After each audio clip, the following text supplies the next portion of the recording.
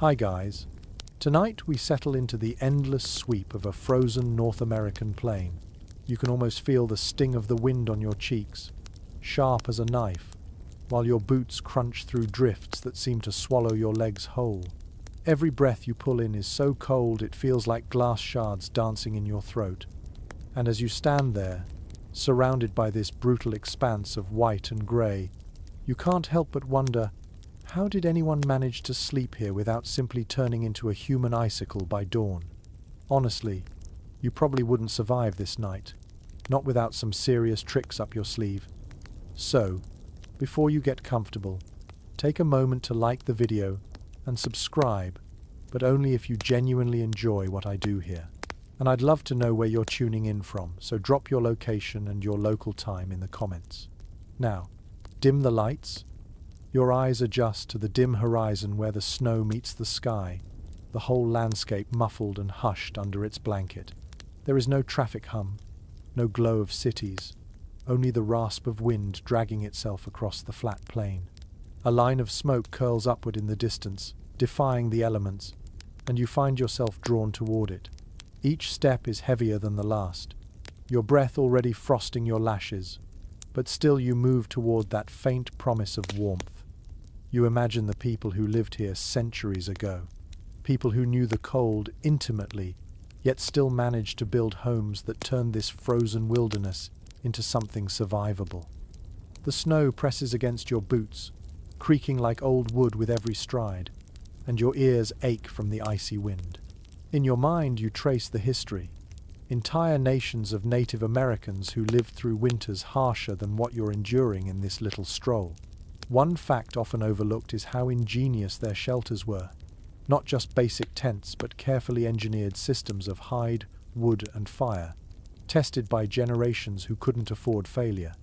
The mainstream historians point out that buffalo hides, sewn together in thick layers, were an essential barrier against the wind, more effective than the flimsy canvas Europeans later tried to use. It's not just a detail, it was life or death. You pause, squinting at the faint smoke ahead, and think about a more curious piece of trivia. Some tribes actually smeared the outer hides with mud or clay when storms were fierce, creating a crust that froze solid and acted like natural plaster. It's quirky, almost counterintuitive, adding wet material in sub-zero weather, but the hardened shell turned into insulation, not unlike a primitive igloo wall.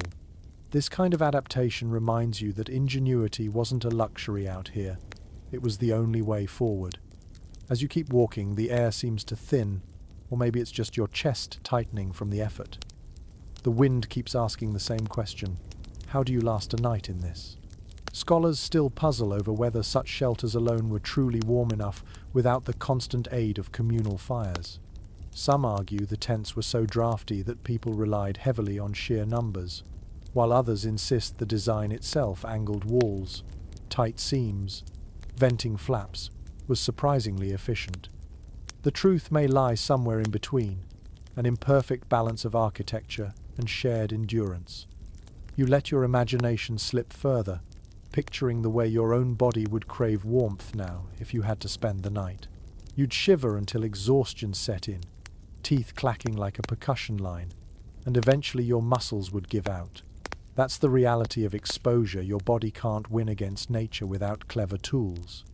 And it's here, in this vast openness, that you realize how extraordinary it was for native peoples to not just endure but to thrive, to raise children, to hold ceremonies, to laugh and dream, while the wind outside clawed at their shelters. The smoke trail looms larger now, clearer, thicker, a sign of life against all odds. You picture a circle of tents gathered, their pointed tops rising from the snow like stubborn reeds in a frozen lake. Each one a beacon of survival, each one filled with stories you can almost hear if you close your eyes. Imagine stepping closer, your frozen boots crunching softly, the muffled bark of a dog, the distant cry of a baby swaddled in fur. The outside world is merciless, but inside those hide walls, there is light, heat, and a cocoon of human resilience. For a moment, you just stand there, your own breath drifting out in clouds. and you think about how the first lesson of surviving the night is simply to move toward the fire. Always toward the fire. The tents ahead promise more answers, but for now, you hold on to the thought that clever hands, clever hearts, and an unbreakable will have turned this impossible plain into a place where people lay down at night, closed their eyes, and actually found rest. You step closer now, boots sinking into the drifted snow as the wind whistles around your ears. The trail of smoke thickens, and soon the outline of a small village appears, teepees clustered in a circle like guardians against the howling plain. Each structure stands defiant, tall, and purposeful, its hide covering drawn snug against wooden poles that pierce upward into the sky. You feel a sense of invitation, as if the circle itself says, "Come inside, traveller. You don't belong out there." Villages on the winter plains weren't scattered at random. They were often built in a circle, with openings carefully arranged so that the harsh prevailing winds couldn't blow straight through. Mainstream historians have pointed out that this circular planning wasn't just spiritual, it was practical. The design let families shelter each other, their teepees bracing the storm as one body rather than individual vulnerable shelters. And as you trudge into that circle, you notice how the snow itself has drifted high against the outer walls, forming a natural buffer that makes the inner world just a little less cruel. A curious little detail comes to mind. In some winter encampments, people even let snow pile deliberately against the lower edges of the hides. Instead of constantly shoveling it away, they understood that snow could act like a quilted blanket. The drifts became walls in themselves, muffling the roar of the wind outside. It's a quirky trick using the very enemy that freezes you as a shield to keep you alive. And you can almost hear an elder chuckling softly, telling a child that the snow isn't always the enemy. Sometimes it's a friend. Yet scholars continue to debate how much of this setup was intentional and how much was simply the luck of weather. Did native builders design their settlements to harness drifting snow, or did they merely adapt as conditions forced them? There are arguments on both sides. Some archaeologists insist the layouts show deliberate engineering, while others suggest the evidence is too patchy to prove intent. You stand in the middle of the circle and feel that unresolved question like a whisper on the wind. Planning or improvisation? The scene around you grows clearer. Dogs skitter between tents, leaving tracks that lace across the snow. Children's laughter drifts on the cold air, muffled by the fur they wear. From a distance, it's easy to romanticize, but if you step inside those walls with your modern lungs, you'd feel the sharp edge of survival pressing constantly at your back. No one here could afford to let their guard down entirely. The tents were close together not just for warmth, but for safety. At night, wolves might prowl, enemy raiders might test the camp, and the circle itself, enclosing the people like clasped hands, became both shield and symbol. You notice how each teepee has its entrance turned slightly away from the wind, never facing directly into the storm. You picture families ducking in, brushing off snow, stomping their moccasins before slipping inside. And you realize that even the smallest detail, direction, placement, order was part of the survival game. Nothing here was casual. Your imagination keeps filling in the gaps. You see women tightening the cords that lash the hides, checking for gaps where drafts might sneak through. Men carry wood, shoulders straining under frozen logs cut from far-off river groves. And all the while, smoke continues to rise, the lifeblood of the camp. Inside every lodge, a fire glows like a heartbeat. Together, those little fires create a constellation of warmth against the night. Step by step, you wander through the encampment. You hear low voices, smell roasted meat mingling with smoke, and feel the way the cold weakens as the walls close in around you.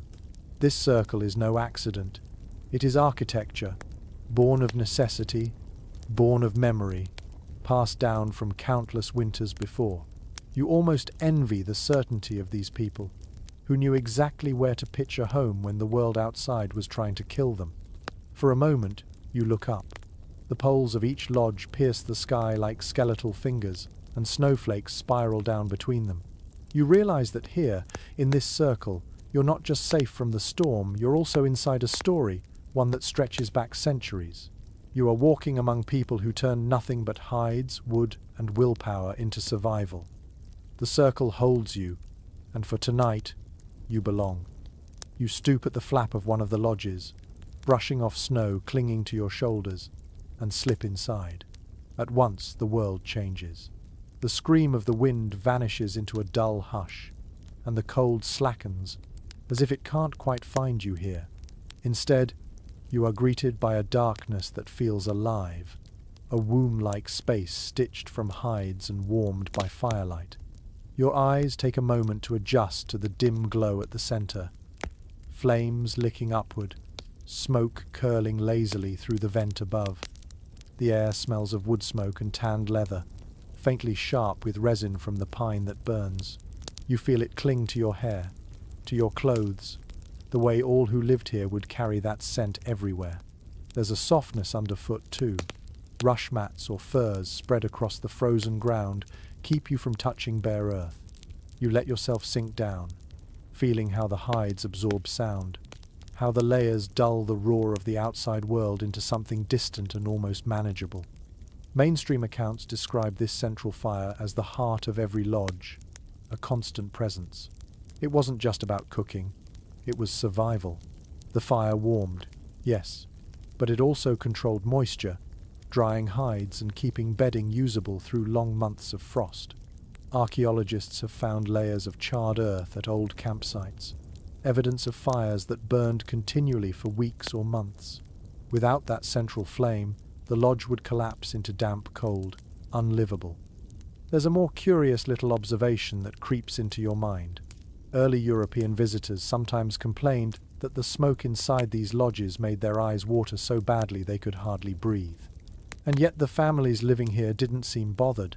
Some scholars suspect they simply grew accustomed, their lungs toughened by years of breathing wood smoke. Others suggest clever placement of smoke holes, adjusted with each gust of wind, vented better than outsiders realized. Either way, you picture yourself squinting through a haze while the people around you laugh at your watery eyes. It's a quirky detail you suffer. They thrive. And still there's disagreement.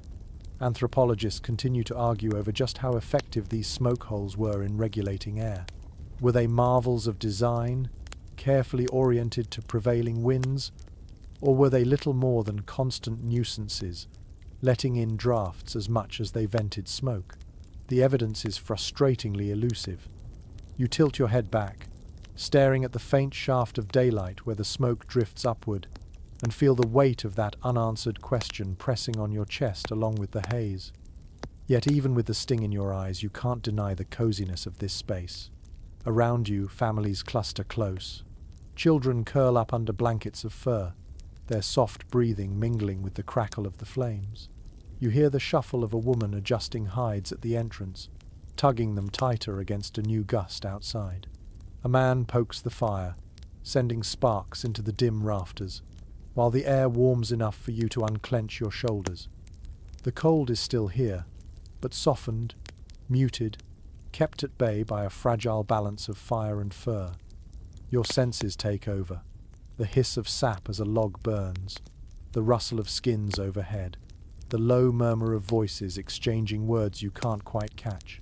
You realize that for the people who lived this life, the lodge wasn't just a shelter, it was a cocoon where the outside world couldn't reach.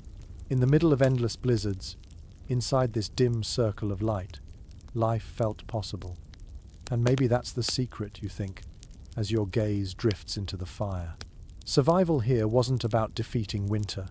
It was about bending the season to your will, creating little worlds where you could close your eyes, breathe through the smoke, and actually sleep. You curl deeper into the furs, eyelids heavy, and realize this lodge, with its darkness, its warmth, and its eternal fire, makes the impossible feel almost comfortable. The longer you sit inside the lodge, the more your eyes adjust, and the glow of the flames sharpens the details around you. You notice the walls' thick layers of buffalo hide stitched tightly together and stretched over poles, heavy enough that the wind outside rattles but doesn't break through. The hides ripple faintly when a stronger gust presses against them, but mostly they stand firm, like the walls of a fortress built from flesh and fiber instead of stone. Mainstream historians often remind us that buffalo hides were the lifeblood of plains peoples. They were clothing, food, tools, and here they were insulation. Each winter, entire communities worked tirelessly to prepare new hides, scraping and softening them until they could be sewn into immense coverings. A single teepee might require as many as 14 buffalo skins, stitched with sinew so tight that the seams themselves acted like barriers to the cold. The result wasn't perfect, but it trapped warmth the way a down parka does today. You lean closer, fingertips brushing the inside of the wall. The hide feels stiff, cool at first, but you realize it is thick, far thicker than anything you're used to in modern tents. The texture is rough where it hasn't been smoothed, but solid. And you think of a quirky little tidbit recorded in old journals. In the deepest winters, some families doubled their coverings, draping extra hides over the outside like giant blankets. Visitors claimed the lodges looked bulky and lopsided, but those doubled walls created a thermal cocoon, even if it made the structures harder to move later. You imagine the lodges waddling across the plains like giant buffalo themselves when it was time to migrate. Still, scholars debate whether these buffalo hide coverings were as draft-proof as oral histories suggest. Some researchers argue that smoke-blackened hides stiffened and cracked, leaving gaps where icy air crept in.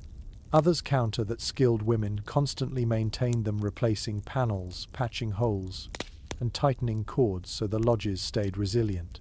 The question lingers: were these tents warm havens by design, or did they demand constant vigilance to keep the cold out? The fire flickers, and you watch how its light dances across the seams. The shadows emphasize just how carefully each piece is joined, an artistry as much as a necessity. You picture women sewing by lamplight, sinew thread pulled tight with practiced hands, children dozing beside them as the work continued late into the night. This wasn't decoration. It was survival stitched into every line. The soundscape inside deepens. The wind still drums faintly on the outside hides, a muffled percussion that never quite stops.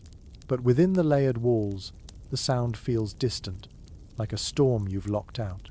You realize that every layer of hide isn't just a physical barrier, it's psychological armor. It lets families lie down at night with at least a little sense of safety. Without it, you'd spend the whole night flinching at every icy gust, never sleeping at all. You lean back, wrapped in furs, and trace the thought further. Imagine stepping outside into a snow-swept plain at midnight. The wind claws, the stars blaze cold above, and your body screams to retreat. Now imagine slipping back inside, pressing the flap shut, and feeling the thick hide close around you like a protective hand. That contrast death inches away, warmth within reach, is the essence of this life. And so you understand. Buffalo hides weren't just fabric stretched over poles. They were the line between life and oblivion, as vital as breath itself. Each time the wind rattles the walls, you hear them answer back, steady and defiant. And as you drift closer to sleep, the hides hum with their own message. We hold, we endure, we keep the night outside where it belongs. You shift slightly, sinking deeper into the lodge, and notice something subtle beneath you. The bedding isn't flat on the earth, it rises a little, as if the floor itself has grown a soft mound. Your fingers brush the edge, and you realize the sleeping platforms are lifted above the frozen ground.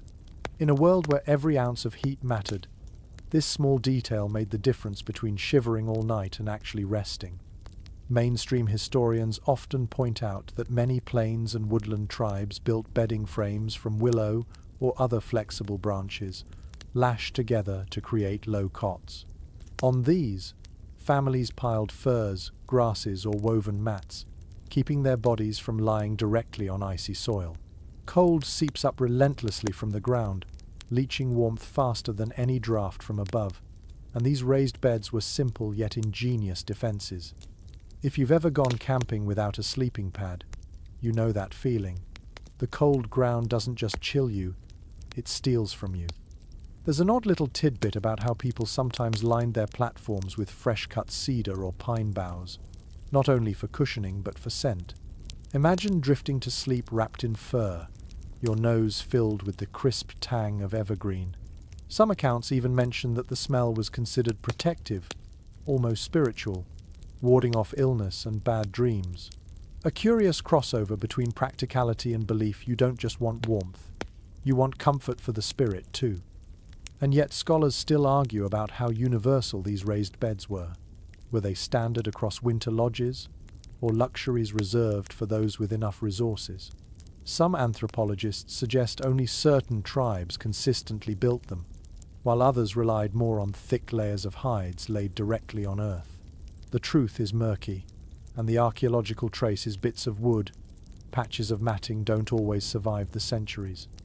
So you sit here, wondering if you're perched on a common bed of the time, or on something a little rarer. The feel of it is convincing, though. You shift your weight, and the woven frame flexes slightly, creaking like an old rocking chair.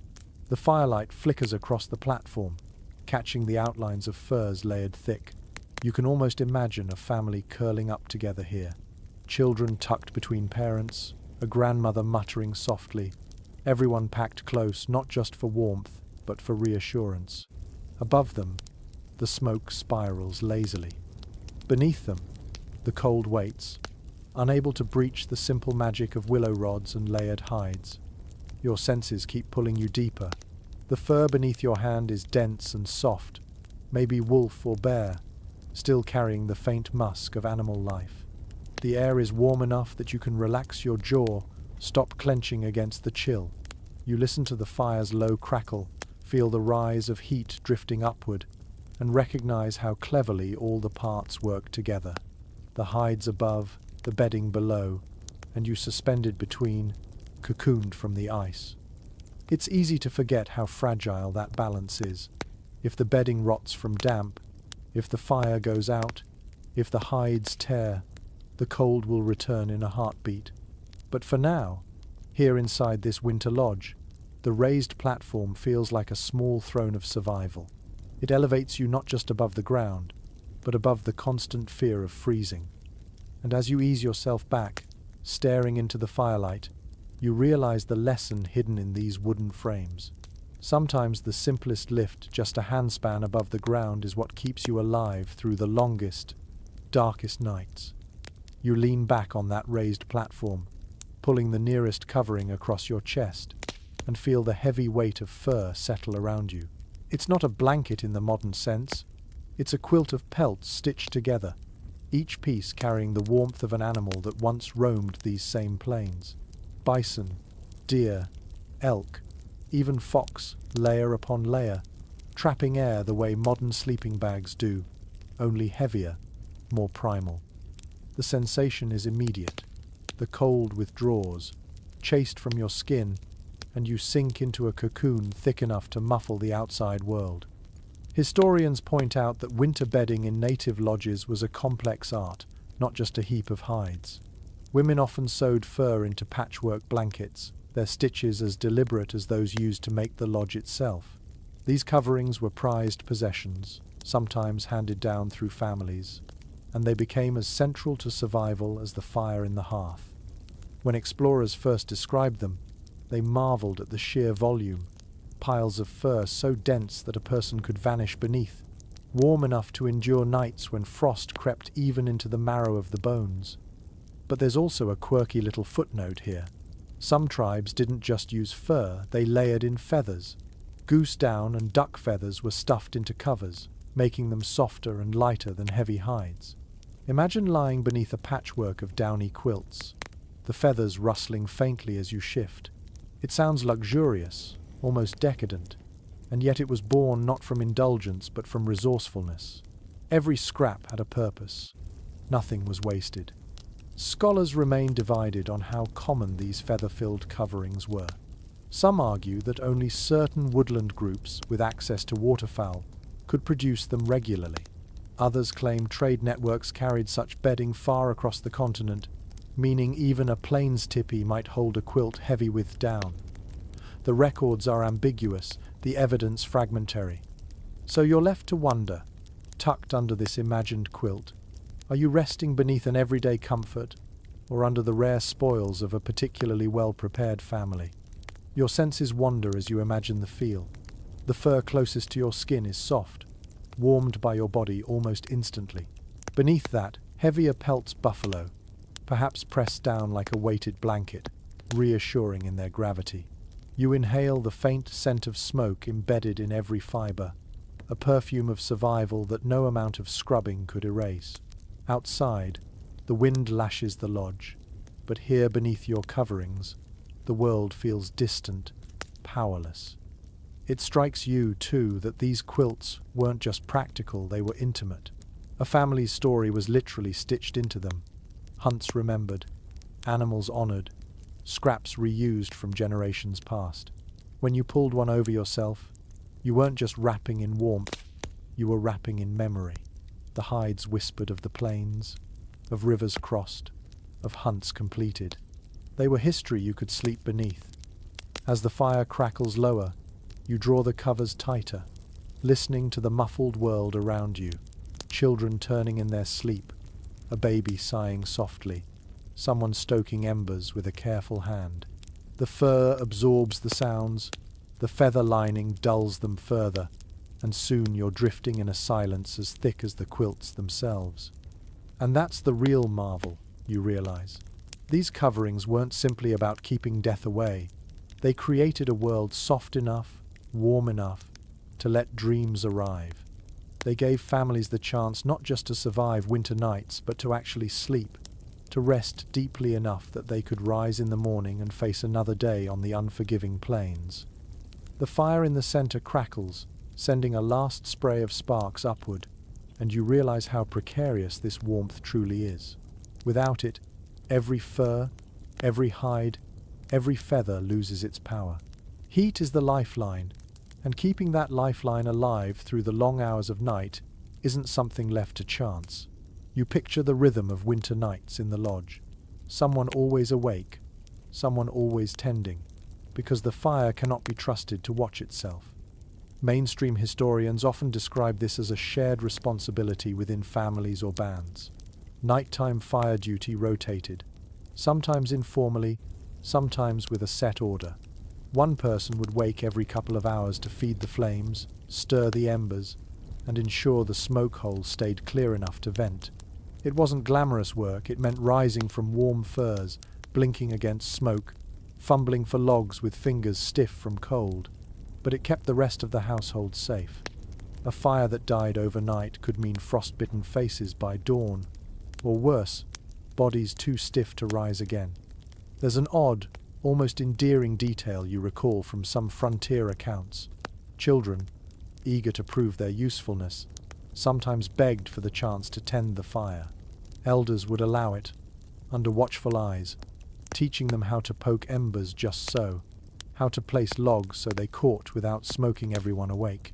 You can imagine a child grinning proudly in the glow of the flames, whispering to themselves that they were keeping the whole family alive. A quirky, almost heartwarming reminder that survival wasn't just duty, it was also a way of learning responsibility from the smallest age. Yet historians still wrangle with a simple but nagging question.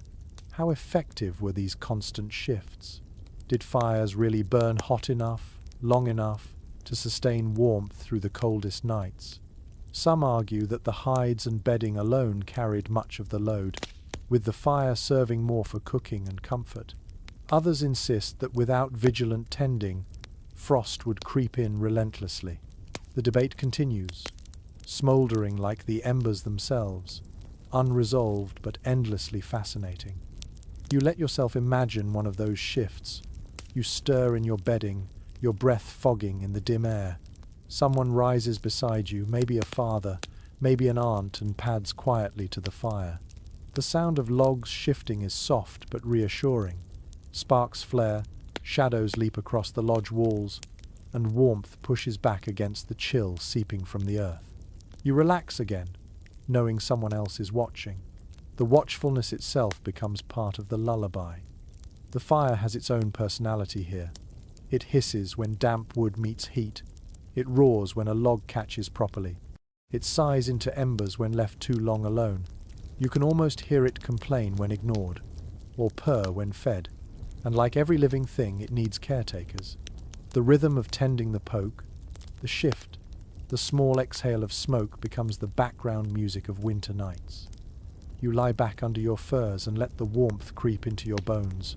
The flames, though modest, give the illusion of safety, and the knowledge that someone is always rising, always feeding the fire, lets you drift towards sleep without the weight of worry.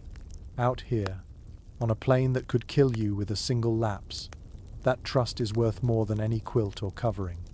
And so you learn that survival in the lodge wasn't silent endurance. It was teamwork, vigilance, and the quiet hum of duty shared between generations. Each log tossed onto the flames was a promise whispered in the dark. We will keep you warm until morning. The fire glows steadily, but you notice another trick at play. Near the edge of the lodge, someone has slipped smooth stones close to the flames. They lie there quietly, heating in silence, gathering energy as if they're storing the day's sun. A little later, one is lifted carefully with wooden tongs and tucked beneath bedding, hidden under layers of hide. At first you think it's nothing, but then you realize these stones are miniature suns, placed close to sleeping bodies to radiate heat through the long dark hours. Historians have pointed out how widespread this practice was among indigenous groups who endured bitter winters. Stones, especially river rocks rounded and hardened by water, could withstand intense heat without cracking. Once warmed, they became steady radiators, glowing invisibly beneath hides, warming feet, keeping frostbite at bay. This wasn't just clever, it was survival distilled to its simplest form. You didn't need iron stoves or coal furnaces. You needed fire, stone, and patience. And there's a delightful, almost playful tidbit tied to these glowing rocks. Some families wrapped them in cloth or bark before slipping them into bedding. Children would sometimes treat them like pets, snuggling against their stone dogs or fire babies, laughing as the warmth seeped through the wrappings. Imagine drifting to sleep with a heated rock tucked at your toes. Primitive, yes, but in its own way, not so different from a modern hot water bottle.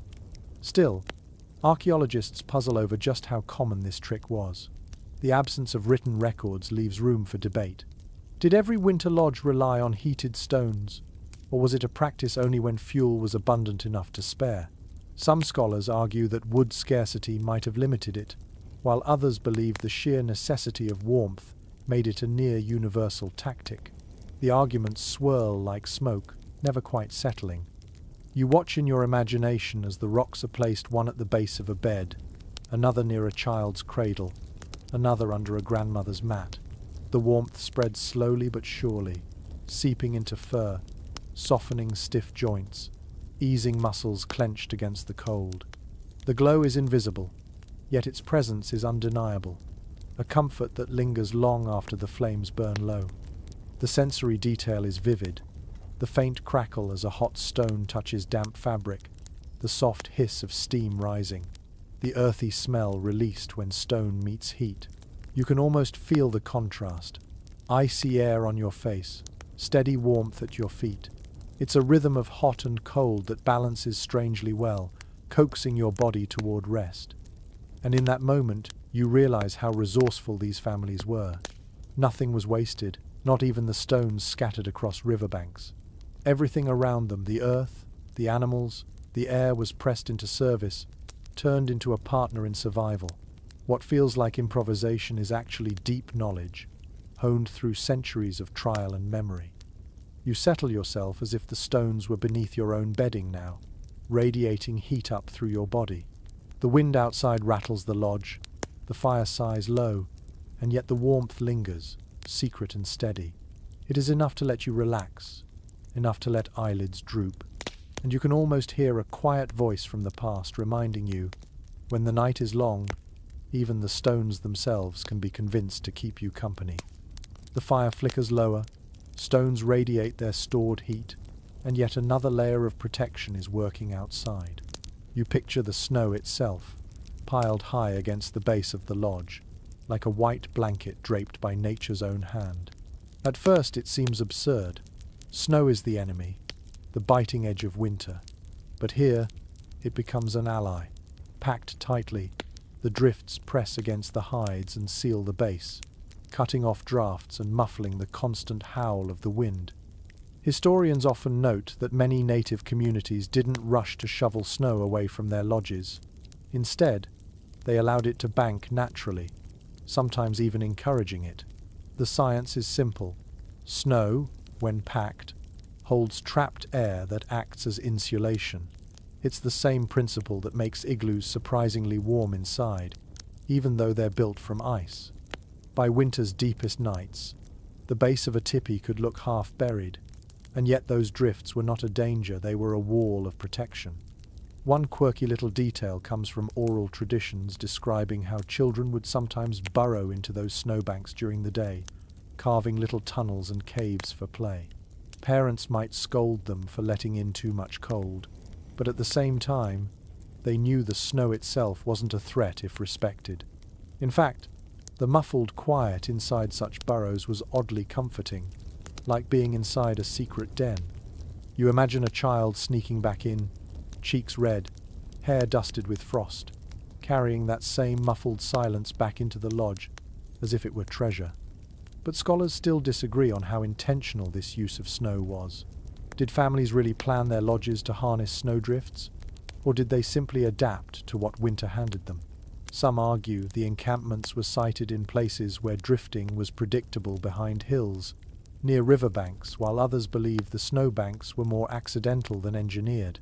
The debate lingers, just as the snow itself lingers long after storms have passed. Inside the lodge, you feel the difference. The wind rattles above, but at your feet the air is still. The packed snow has become a barricade, forcing drafts to climb higher before slipping in. The sound changes too. The storm's roar outside is muted into a low hum, like distant ocean waves rather than immediate assault. It's strange, almost soothing, to know the same snow that can bury you alive is also what lets you rest. You let your senses lean into it, the muffled quiet, the way your breath seems steadier, the strange comfort of knowing walls are thickened by nature itself. Snow has turned from enemy to blanket, from killer to caretaker. You close your eyes and think of how resourceful the people here were, how they refused to see only danger in their world. Instead, they found allies in the most unlikely places, allies that would keep them alive when the night stretched endlessly on. And so, as the wind keens above and the fire sighs low, you feel the snow pressing against the lodge like a gentle hand. Outside, it is fierce and merciless. But here, wrapped in hides and blanketed by snow, you find the quiet possibility of sleep. The night grows deeper, and though the fire smoulders and the hides hold strong, the real warmth comes from something more intimate. You glance around the lodge and notice how closely everyone lies together. Children pressed between parents, elders curled beside grandchildren, dogs tucked in at the edges, bodies forming a patchwork of warmth as effective as any fur quilt. Out here, heat is shared. Survival is a group project. Historians remind us that communal sleeping wasn't just convenience, it was necessity. A single body loses heat quickly, but several pressed together create a small climate of their own. Families slept in tight clusters, breathing in unison, their warmth mingling and circulating under heavy hides. This arrangement echoes across cultures, from Roman soldiers huddling under one cloak to Arctic hunters sharing snow shelters, and in every case it works. Body heat was the cheapest, most reliable fuel available. There's a quirky little tidbit passed down in oral stories. Sometimes children would be tucked between two adults not only for comfort but as living insulation. Parents joked that the little ones were like hot stones, radiating warmth both ways. In the morning, when everyone stirred, laughter often broke out at how hair stuck in wild directions from so much closeness. You imagine the scene, groggy smiles, a grandmother patting a grandchild's tangled head, everyone amused that warmth could be funny too. And yet scholars still argue over how widespread this practice was in winter lodges. Some accounts describe entire extended families, 3 generations deep, all pressed into one lodge. Others suggest that larger bands split into smaller households for privacy, even if it meant less shared warmth. The evidence isn't neat, leaving room for speculation. Was communal huddling universal or situational? Did cultural norms or weather severity decide who slept with whom? You lean into the image of such a night. The soundscape is intimate, soft breathing, occasional snores, a child's whimper hushed by a gentle hand. The warmth is palpable, not just physical but emotional, the sense that you are never truly alone in the dark. The fire may falter, the hides may flap, but human bodies together create a sanctuary no storm can fully breach. Your own senses fill in the gaps. You feel the press of fur against your cheek, the slow rhythm of someone's chest rising beside you, the faint smell of skin warmed by smoke and animal fat. It isn't glamorous, but it is deeply human, the way survival often is. In this closeness, trust is unspoken, everybody depends on everybody else, and nobody pretends otherwise. And as you lie there, eyes heavy, you realize that the warmth you feel isn't just heat, it's kinship, it's memory, it's the reminder that survival isn't solitary. It's shared breath, shared space, shared nights.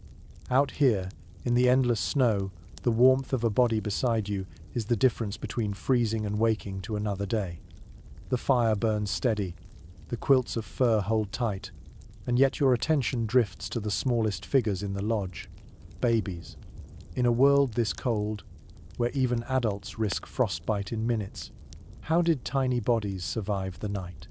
You watch as a young mother lifts her infant from her side, the child swaddled tightly in layers of fur and moss, nestled into a cradle board that is more than just a carrier.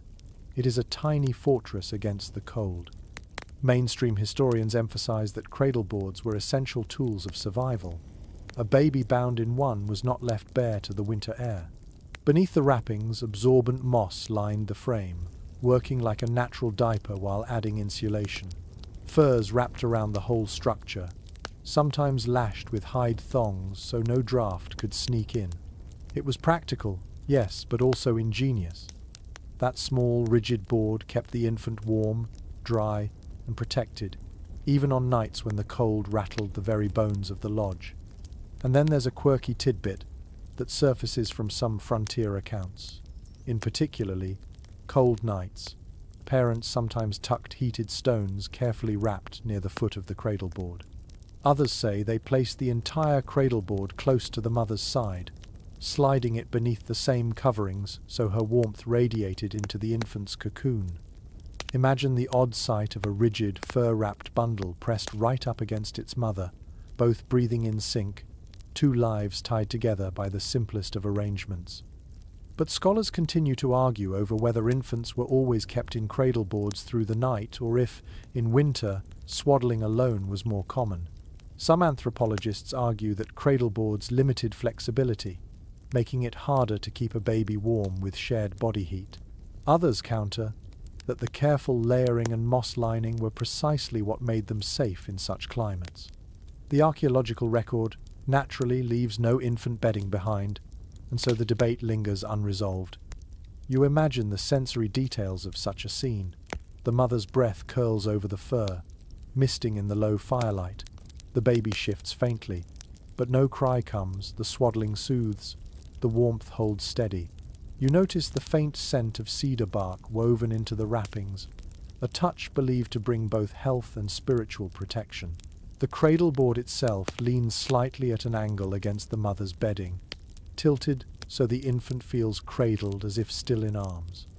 And beyond practicality, the cradle board carries cultural weight. It symbolizes belonging, the child tied both physically and spiritually into the community. When the family lies down to sleep, they do so knowing the smallest among them is held fast, safe against the winter. It isn't just about survival, it's about trust, about the continuity of life, even when the night presses hardest. As you watch the mother settle back, her hand brushing gently across the swaddled fur, you feel a hush settle in the lodge. The fire crackles, the hides flex faintly, but here in this corner, the quiet warmth of a newborn radiates more powerfully than the flames, and you realize that survival isn't measured only in how adults endure, but in how the most fragile lives are carried through the storm. Your gaze shifts from the cradleboard to the edges of the bedding, where movement stirs in the dim light. A dog stretches, shakes its fur, and circles once before, curling back into a ball at someone's feet. Another lifts its head, ears twitching at the wind outside, then drops it again against the furs. You realize with a smile that even here, in the bitterest season, dogs are not just guardians or hunters, they're blankets. Historians point out that dogs were the first domesticated animals in the Americas, long before horses arrived with Europeans. For native families, they were companions, workers, and sometimes dinner bells. But on winter nights, they served another vital role: living heaters. Their thick coats, bred to withstand the cold, gave off warmth that humans could borrow. People didn't simply tolerate dogs in the lodge, they welcomed them onto bedding, especially near children's feet. That warmth could mean the difference between shivering through the night and waking comfortably. There's a quirky tidbit recorded in oral accounts. Some children had a favorite dog they insisted on sleeping beside, treating it like a personal heater. Parents indulged them, knowing the dog's loyalty and body heat both had their uses. One story even mentions that families joked about which dog was the warmest blanket, as if competing for the prime spot beside the fire. It turns the harshness of survival into something almost playful, where necessity meets affection. And yet scholars still debate the extent of this role. Were dogs consistently allowed to share bedding in every tribe, or was it more situational? Some anthropologists argue that concerns over fleas or hygiene may have limited this practice, while others counter that, in the brutal cold, practicality always outweighed scruples. The evidence, as usual, is mixed, leaving the question open-ended. Still, you can imagine the sensation clearly. The dog at your feet radiates steady warmth, its breathing slow and comforting. The faint scent of animal musk blends with smoke and hide, earthy but oddly reassuring. The weight of its body pins the fur down, keeping drafts from sneaking under. You stretch your toes against its side, and it shifts closer, as if instinctively guarding you from the cold. Beyond warmth, there's companionship in this arrangement. Dogs weren't just animals, they were part of the household, woven into the daily rhythm of survival. Their ears pricked at danger, their bodies warmed the bedding, their presence offered a sense of security in the dark. Out here, in a world where wolves howled just beyond the circle of light, a dog inside the lodge was more than comfort. It was reassurance. The fire pops, the wind keens faintly at the smoke hole, but you hardly notice. Between furs, family, and the steady warmth of curled dogs, the night feels less threatening.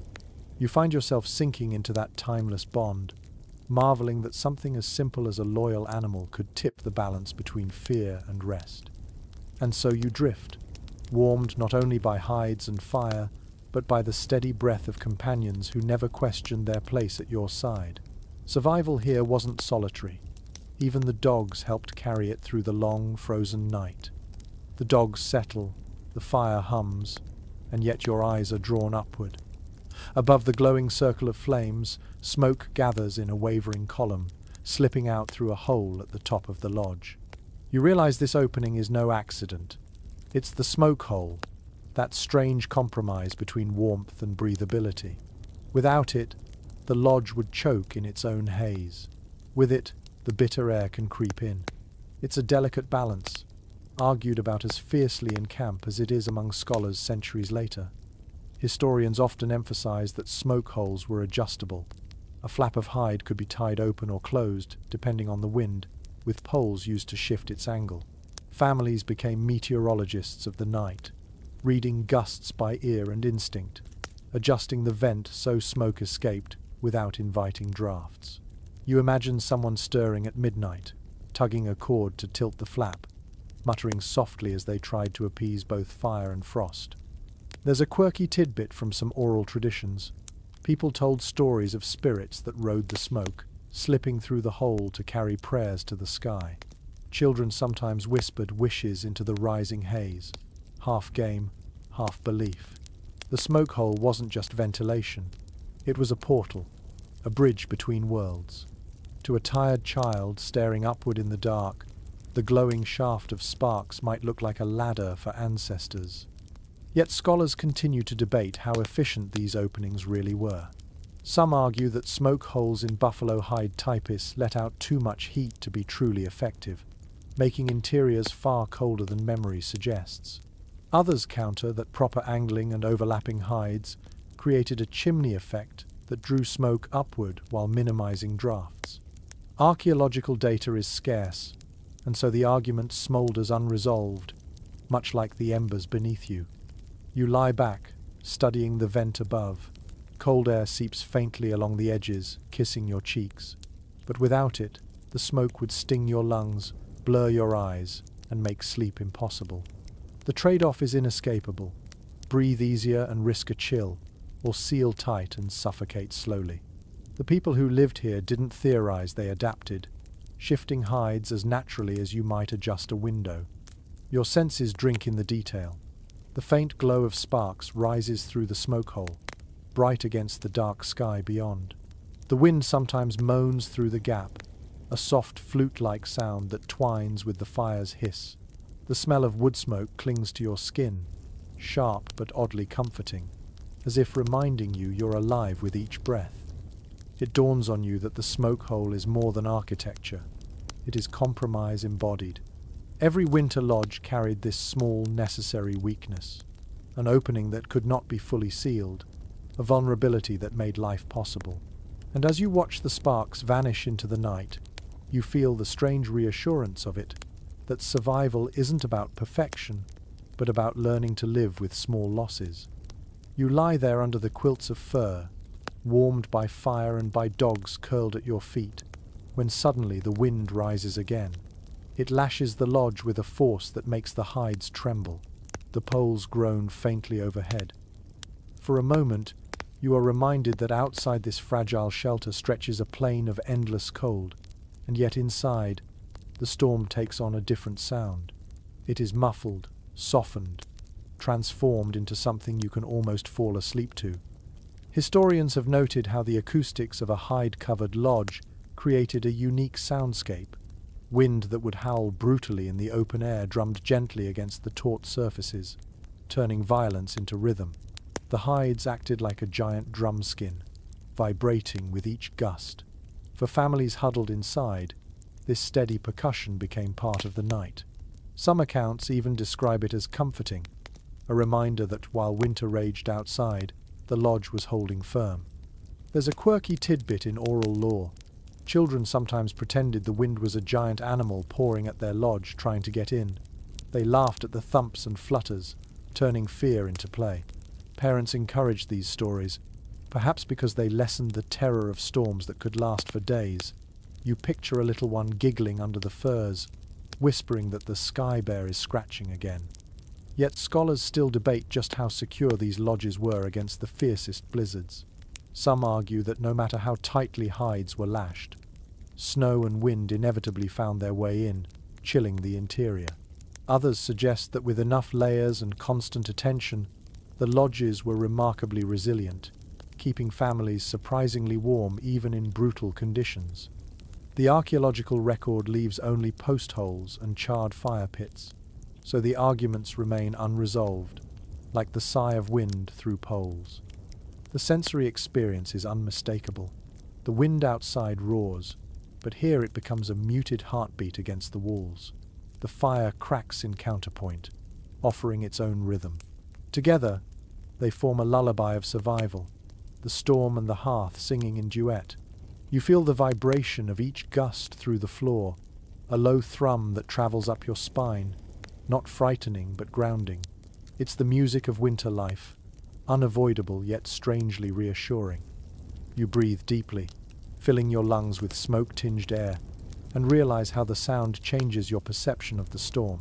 Outside, you would hear chaos. Inside, you hear persistence.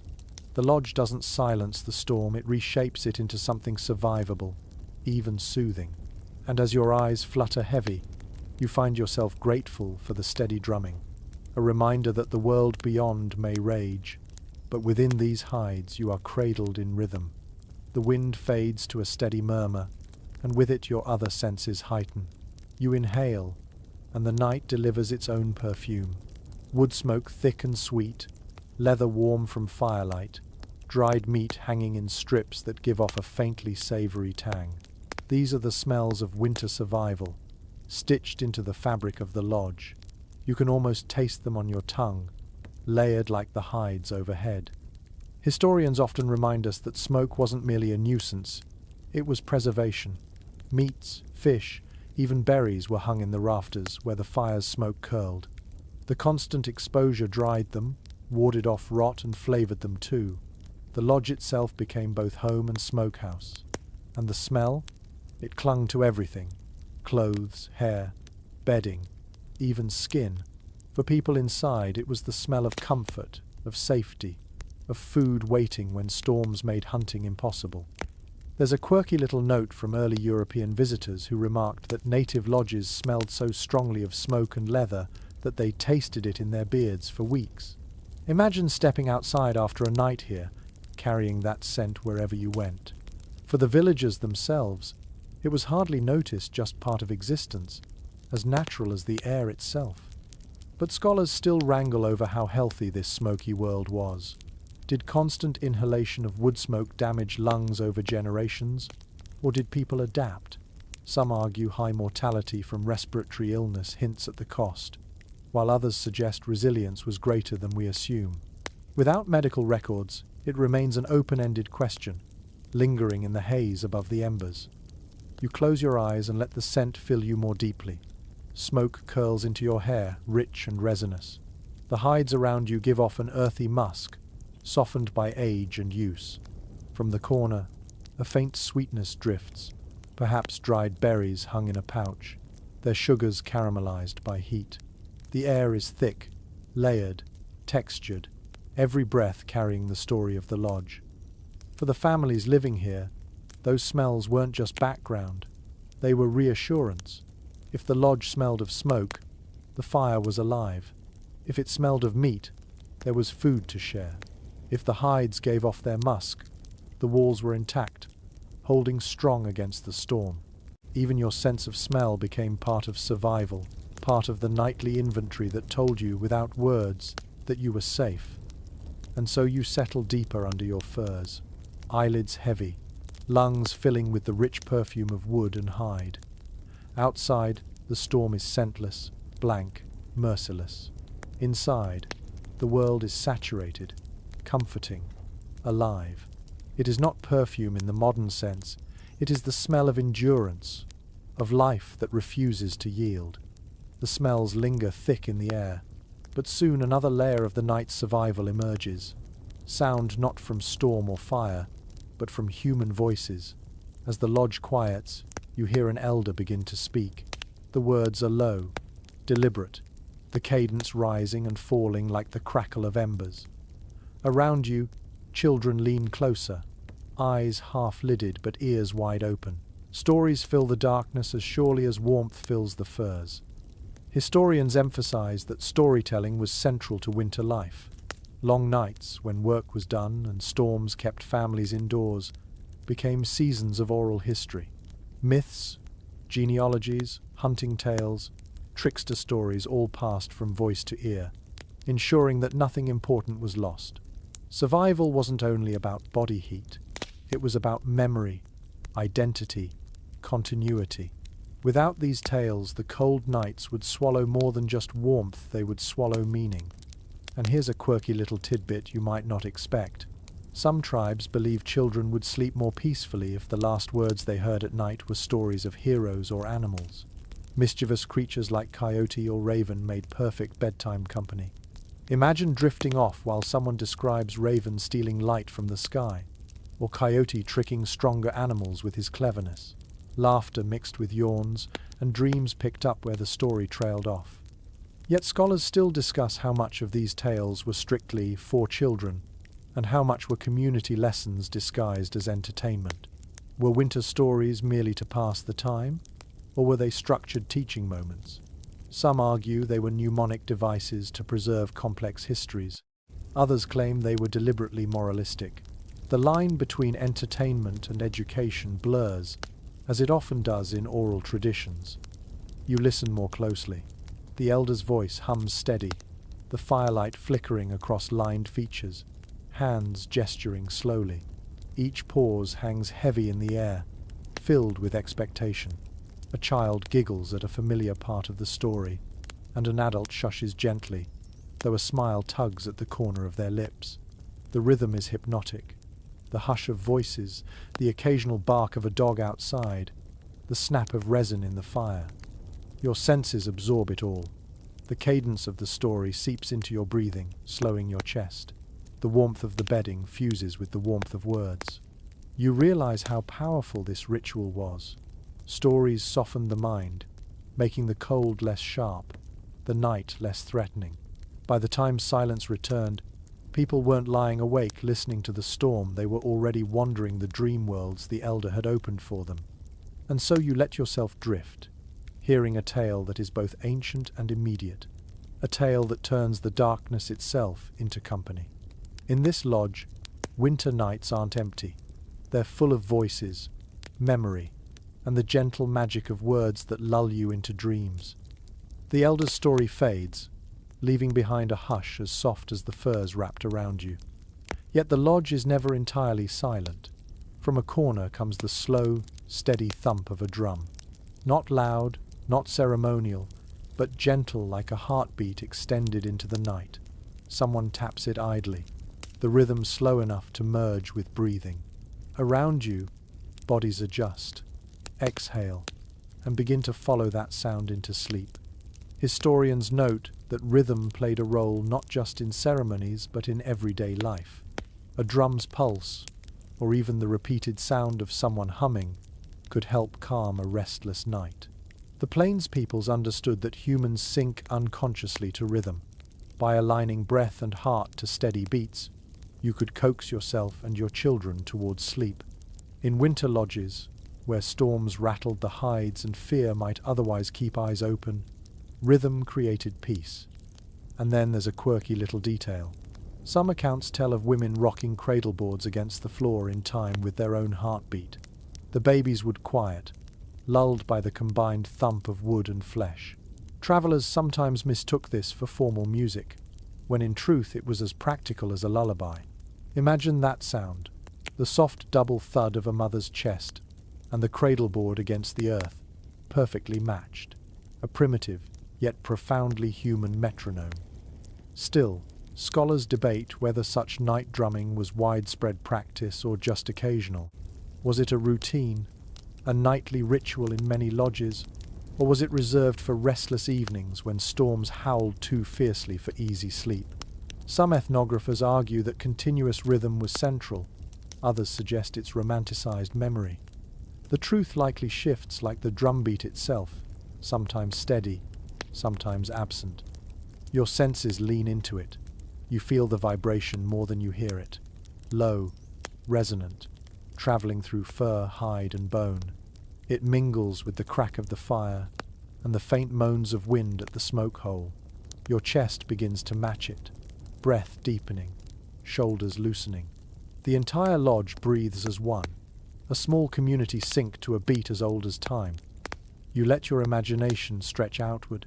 Perhaps in another lodge nearby, another drum hums, another family drifts into rhythm. Across the camp, scattered circles of fire and hide, 100 small heartbeats join in an invisible chorus. The storm rages outside, but inside, the night belongs to rhythm, to steady sound that softens the edges of fear. And as your eyelids sag, you realize this was part of survival too, not just heat and hides, but sound. A heartbeat carried into wood, a reminder that life continues, steady and strong, even in the depths of winter. In that thrum, you find comfort, and in that comfort, you find sleep. The drumbeat fades, replaced once more by the quiet shifting of bodies beneath furs.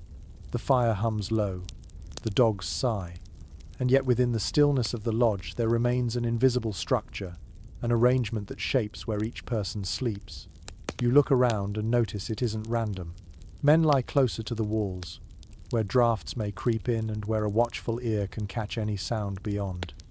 Women and children cluster in the heart, pressed close to the warmth, cocooned in the safest place. It is a pattern repeated across winters, written into survival itself. Historians often describe how gender roles extended even into sleep. Among many plains tribes, men took the outer positions in the lodge not because they were warmer, but because they were colder. They absorbed the edge of the drafts, their bodies forming the first line of protection against the outside world. Women, who nurtured the children and tended the fires, stayed toward the center where the heat collected. In this way, the very layout of rest mirrored the layout of life, each role complementary, each sacrifice part of the whole. And there's a quirky little tidbit whispered in old accounts. Sometimes men teased one another about who snored loudest, claiming it helped scare away evil spirits or even prowling animals outside the lodge. Imagine a family chuckling as a warrior's thunderous snoring rattled the hides, half amusement, half reassurance. In a world where wolves howled beyond the firelight, maybe a good snore really did sound like protection. Yet anthropologists still discuss how rigid these patterns were. Did all families strictly follow this placement, or did comfort often win out? Some evidence suggests the arrangement was flexible. Elders might be given the warmest place, or a mother with a newborn might sleep nearer the fire regardless of gender expectations.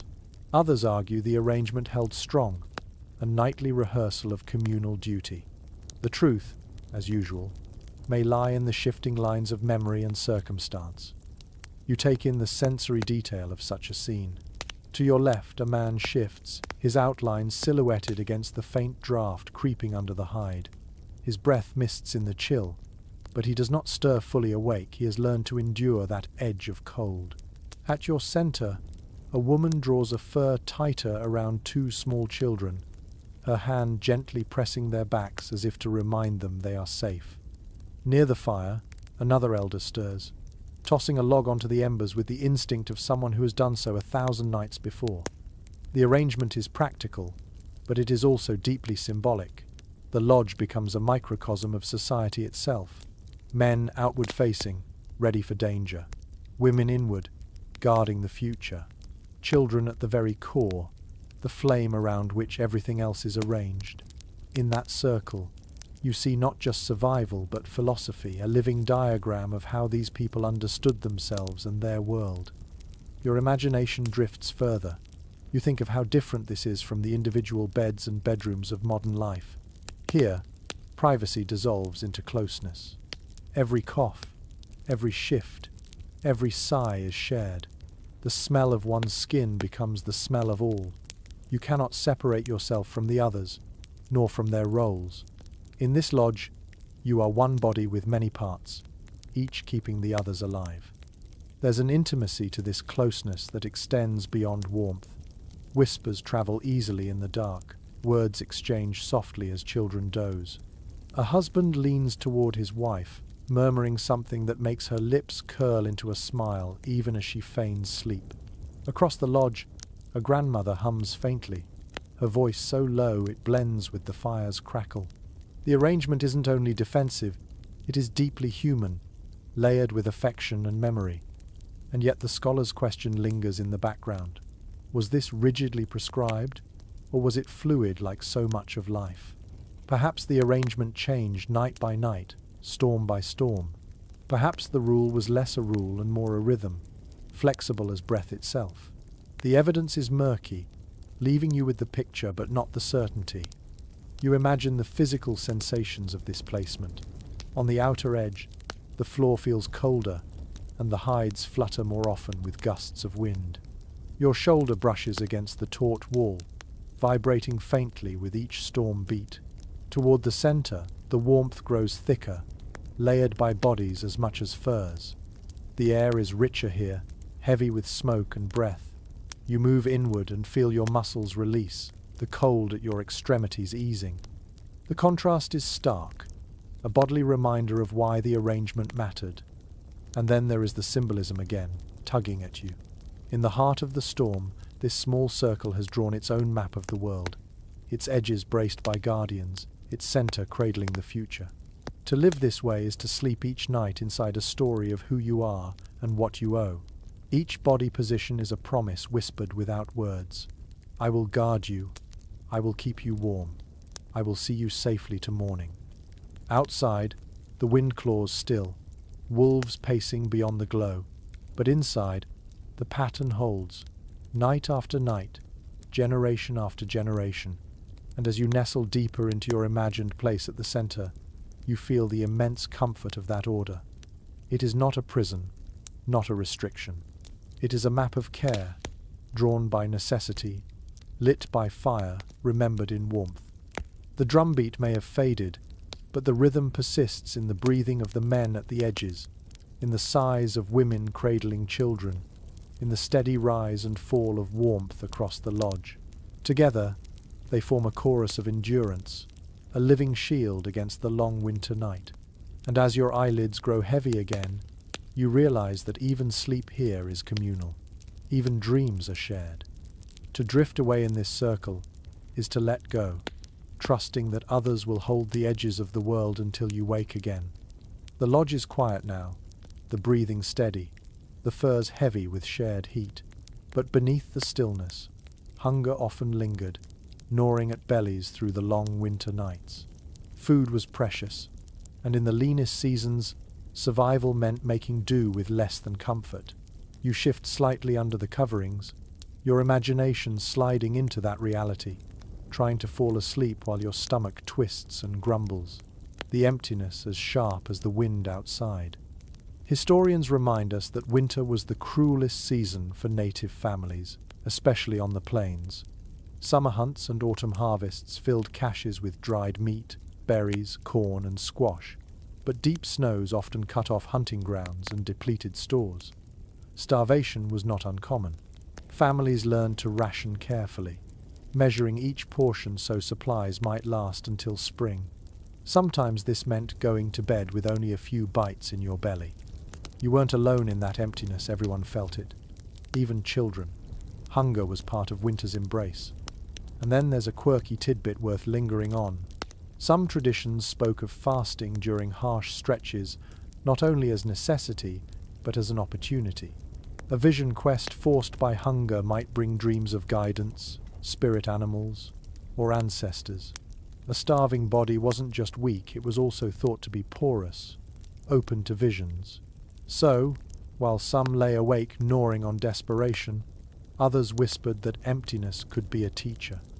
Imagine lying in the lodge, stomach hollow, drifting into dreams vivid enough to feel like journeys, as though hunger itself pulled you into another world. Yet scholars continue to wrestle with the question of how widespread such ritualized fasting was in the dead of winter. Was it truly embraced, or was it rationalization in times of scarcity? Did families encourage children to see hunger as sacred, or was it simply endured with gritted teeth?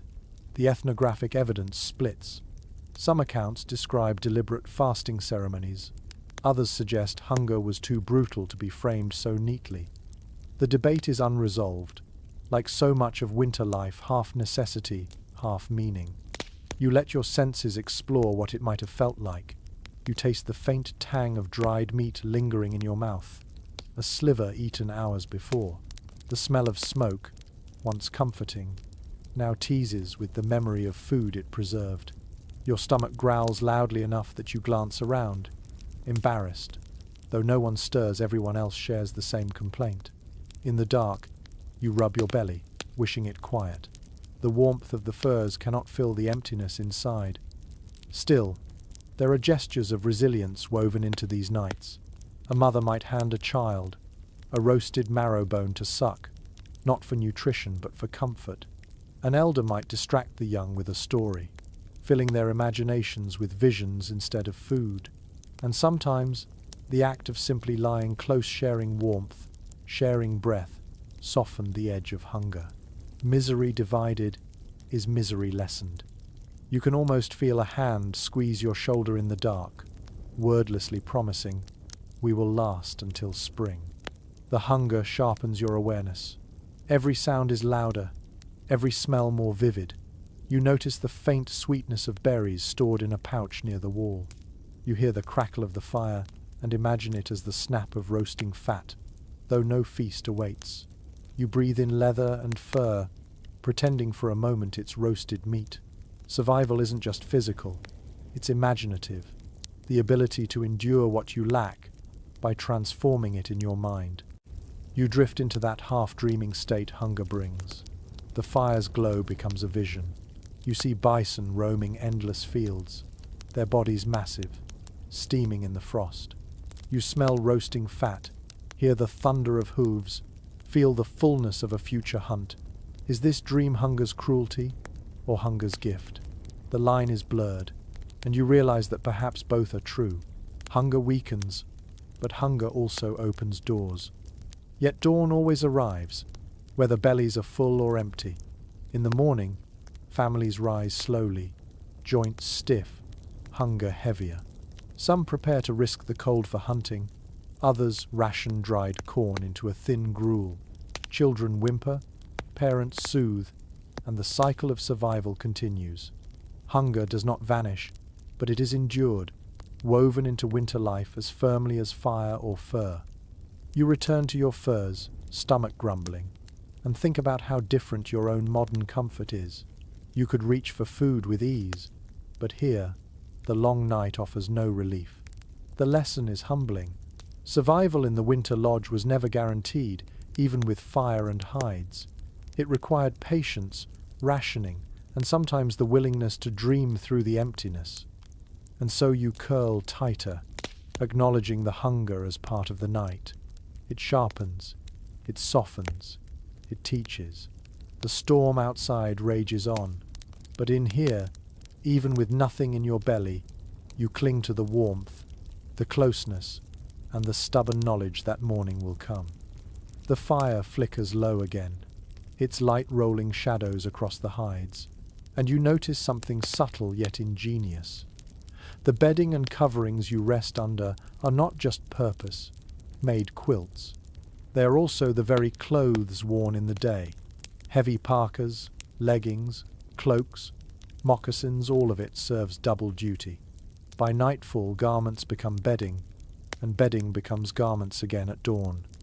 Nothing goes unused in a world where resources are limited, and the cold waits for any chance to seep in. Historians emphasize that winter clothing among native peoples was far more than decoration. Parkas lined with fur, leggings stitched from supple hides, cloaks sewn from feathered skins, they were essential armor.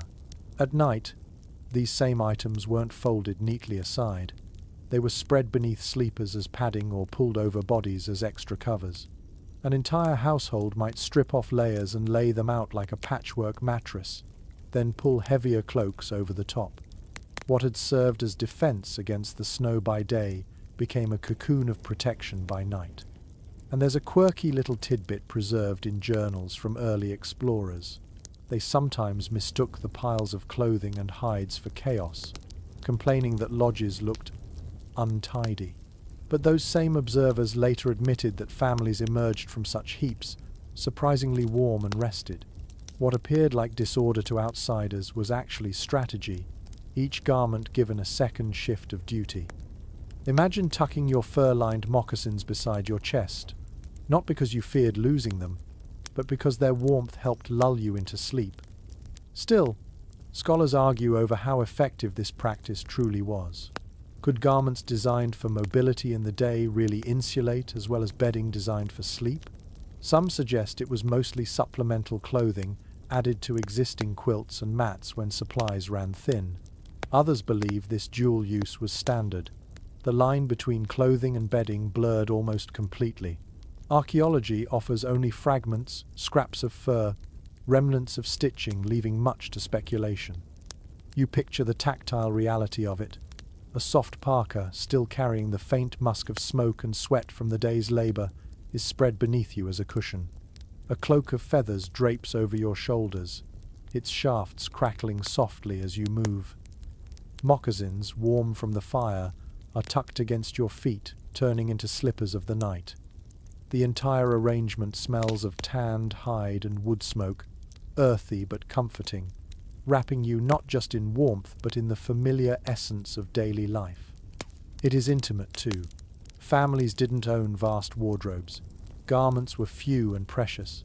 That cloak you wore in the hunt is also the cloak your child pulls over herself in sleep. That parka handed down from grandmother warms her grandchildren through the night. Clothing here is communal, fluid, passed from body to body, shifting roles with each hour. The very fabric of daily survival becomes the blanket of nightly rest. There's also something symbolic at work. Clothing carried status, identity, and sometimes spiritual meaning decorated with quills, beads, or painted patterns. To sleep beneath it was not only practical but also protective in a cultural sense.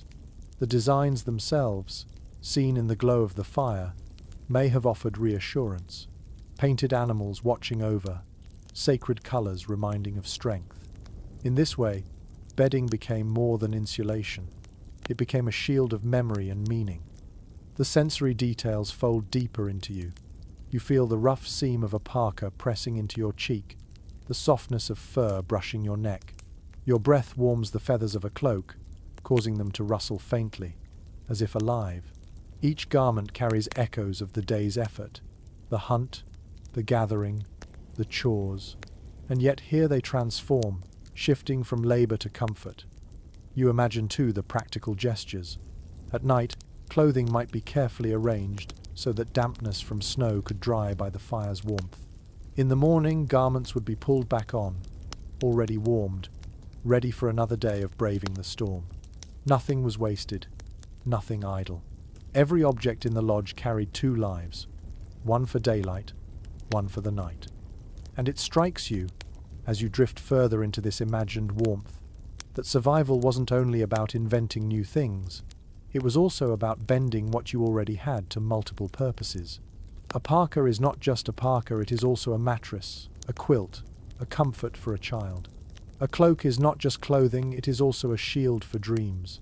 The ingenuity here lies in refusing to separate life into compartments.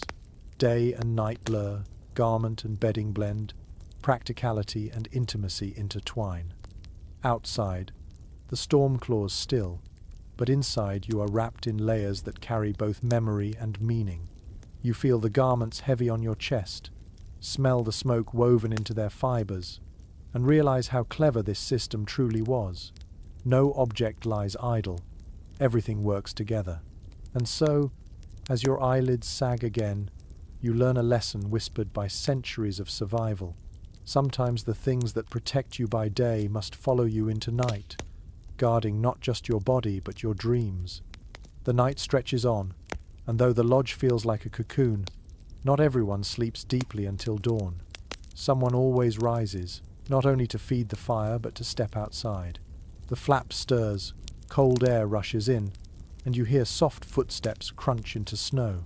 These are the moonlit patrols, the silent checks that guard not only the fire inside but the life of the camp beyond. Historians describe how men in particular took turns venturing into the darkness, ensuring that ponies tethered nearby hadn't wandered or been stolen. Horses were not simply transport, they were survival. Without them, hunting or moving camp would be far harder. A storm might frighten them into bolting, or raiders might sneak close, hoping to cut them loose.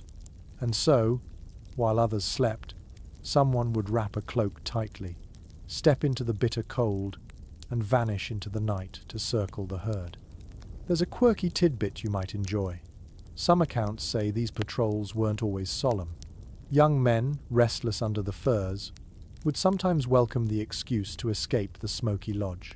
Out under the stars, they might sing softly to themselves, talk to the ponies as if to children, or even joke later that the horses were warmer company than the snoring uncle left behind.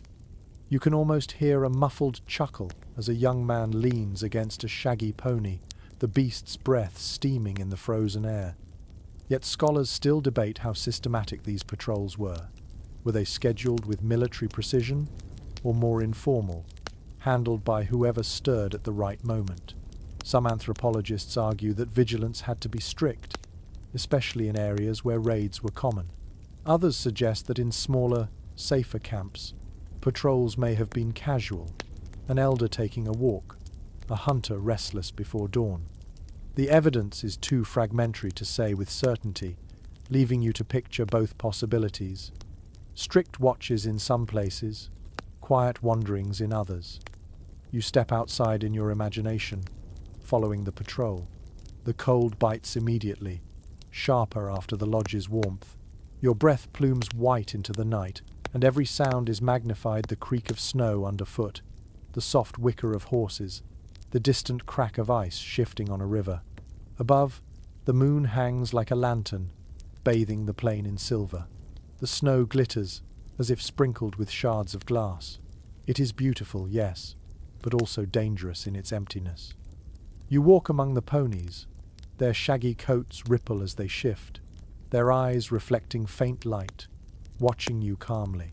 You reach out, touch one's mane, and feel heat beneath the frost. They are alive, warm, breathing, and you realize their presence is a comfort, a reminder that not all warmth comes from fire.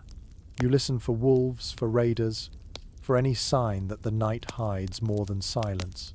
The stillness presses, vast and unbroken, until even your own heartbeat feels too loud. Then you return to the lodge, flap closing behind you, carrying the cold with you for a moment before it fades back into warmth. The others stir faintly, but no one wakes fully. Your body aches from the brief exposure, but you know the patrol mattered.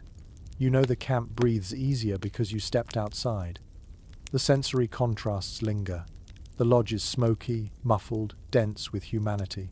The night is clear, sharp, filled with starlight and the crunch of frozen ground. Moving between them is like passing between worlds, one fragile but warm, the other eternal but merciless. The patrol bridges them, ensuring that the fragile cocoon inside can endure in the face of the vast cold outside. You imagine doing this night after night, year after year. Sometimes nothing happens, only silence and stars. Sometimes danger appears: wolves circling too close, horses restless with unease, a shadow on the horizon that could mean raiders. The patrol is not glamorous, but it is necessary, part of the rhythm of winter life. And so you settle back into your furs, warmed by the knowledge that while you drift towards sleep again, someone else has walked the perimeter, spoken softly to the ponies, and listened to the howls of the night. You realize that survival wasn't only about what happened inside the lodge. It was also about those quiet steps in the snow, those moonlit moments when vigilance kept the camp whole. The lesson presses gently against your thoughts. True rest is possible only when someone else is watching. And here, in this ancient winter camp, the balance is perfect: half of the world asleep, half awake, and all of it bound together under the same silver moon. The patrol returns, the flap closes, and the lodge exhales into stillness again. You shift under your furs, eyes half shut, and begin to notice how the night has its own inner world. Sleep here is not always dreamless. In the hush of the firelight, where smoke curls and bodies breathe together, dreams themselves become part of survival. They are not idle imaginings, but messengers, stitched into the culture as tightly as hides are stitched into the lodge. Historians often note that dreams carried significance among many native peoples, especially during the long winters when nights stretched endlessly. Shamans, elders, and ordinary dreamers alike listened closely to the stories told by sleep. A dream could foretell a hunt, warn of sickness, or reveal guidance from the spirit world. In this way, the lodge at night was more than a shelter, it was a portal. Families fell asleep, not just into rest, but into another layer of existence where meaning awaited. And there's a quirky tidbit from certain oral traditions. Some people would deliberately try to shape their dreams by sleeping with objects near them: stones, feathers, or small bundles of herbs. It was believed these items could invite specific visions. Imagine tucking a feather beneath your head and whispering a request to dream of birds, hoping for guidance on migration or weather. Or slipping a carved stone beside you, asking ancestors to speak. In the stillness of a winter night, such rituals blurred the line between practicality and magic. Yet scholars continue to argue over how literally these dream practices should be taken. Were they universal, followed by entire communities, or primarily the realm of shamans and vision seekers? Some anthropologists claim that everyone gave weight to dreams, weaving them into morning conversations. Others believe the focus was narrower, reserved for spiritual specialists. The debate remains unsettled, like the lingering haze of a half-remembered dream at dawn. You let yourself drift into such a dreamscape now. The fire dims until its glow is no brighter than a heartbeat. Smoke swirls, and within it you see shapes buffalo with steaming breath, birds beating against the ceiling hides, ancestors' faces shimmering like frost on river ice. The dream is vivid, too vivid to dismiss, and you understand why it carried such importance. Dreams here are not entertainment. They are lessons carved into the night. Your senses deepen into the experience. You feel the heaviness of sleep pressing you down, but within that heaviness comes freedom. The cold outside vanishes. The storm no longer matters. Instead, you walk in green fields, smell summer grass, hear laughter of voices long gone. The dream offers reprieve from winter's grip, reminding you that warmth exists, that hardship is temporary. Perhaps this is why dreams were treasured. They gave not only prophecy, but hope. Others stir in their sleep. A child whimpers faintly, turning under the covers. A man mutters words you cannot catch, his brow furrowing, his dream tugging at him. In the morning, such murmurs might be shared around the fire, interpreted by elders or shamans. Did the dream mean danger? Did it promise abundance? The very act of sharing kept the dream alive, weaving it into the fabric of community life. There is intimacy in this as well. Imagine lying beside family members, hearing their sighs and whispers as they dream. You are part of their inner journeys, even if only as an observer. In this lodge, dreams are not solitary, they spill into the group, carried by breath and murmur. Just as warmth is shared, so too are visions. And yet, you sense the darker edge. Not all dreams are comforting. Nightmares, too, come in the cold, sharpened by hunger and fear. Wolves appear in shadowy forms. Storms crush lodges in terrifying visions. For some, these nightmares were warnings. For others, they were spirits testing the mind. Even fear had to be honored, listened to, carried into the daylight for meaning. The fire pops, waking you briefly from your reverie. You blink at the glowing embers, then close your eyes again. The lodge hums with breath, the hides creak with wind, and you surrender once more to the dream world. You understand now that in this culture, survival wasn't just about enduring the physical night. It was also about listening to the unseen voices that came when your eyes closed. And so, in the depth of winter, you find that sleep itself becomes a bridge. On one side lies the harsh world of frost and hunger. On the other lies a realm where ancestors speak, animals guide, and visions soothe. Both are necessary. Both shape the rhythm of life. Wrapped in hides, warmed by family, you drift not just into slumber but into stories that echo beyond the night. The dreams fade with the slow crawl of night, and when your eyes open again, it is to the faintest light creeping through the smoke hole. Dawn doesn't rush here, it seeps in, thin and grey, softening the shadows inside the lodge. Your breath fogs in the cool air, and when you touch the hide walls, you find them stiff with frost. The night's heat, though carefully guarded, could not keep every corner warm. Thin crystals of ice sparkle where condensation gathered and froze, glittering like fragile jewels in the first light of morning. Historians often describe this phenomenon. Frost forming on the inner walls of winter lodges, the result of human breath, rising warmth, and bitter cold colliding. Families would wake to see their shelters gleaming faintly, as if a hidden hand had painted them with silver. It wasn't simply decoration, though it was a reminder of how close the cold always lurked, pressing in, ready to reclaim the night if vigilance lapsed. And there's a quirky little tidbit that some oral traditions recall. Children often drew shapes in that morning frost, just as modern children doodle on fogged windows. Little finger trails zigzagging across the hides, circles, animals, even handprints. It turned the harsh evidence of winter into a moment of play, laughter rising in the smoky dawn. Imagine a grandmother scolding lightly while hiding a smile, saying the lodge wasn't a canvas but secretly enjoying the way children left their art on the very walls that kept them alive. Yet scholars still debate how severe these frosts really were. Were lodges warm enough that only a thin rim of ice formed, or were interiors so cold that frost coated every surface by dawn?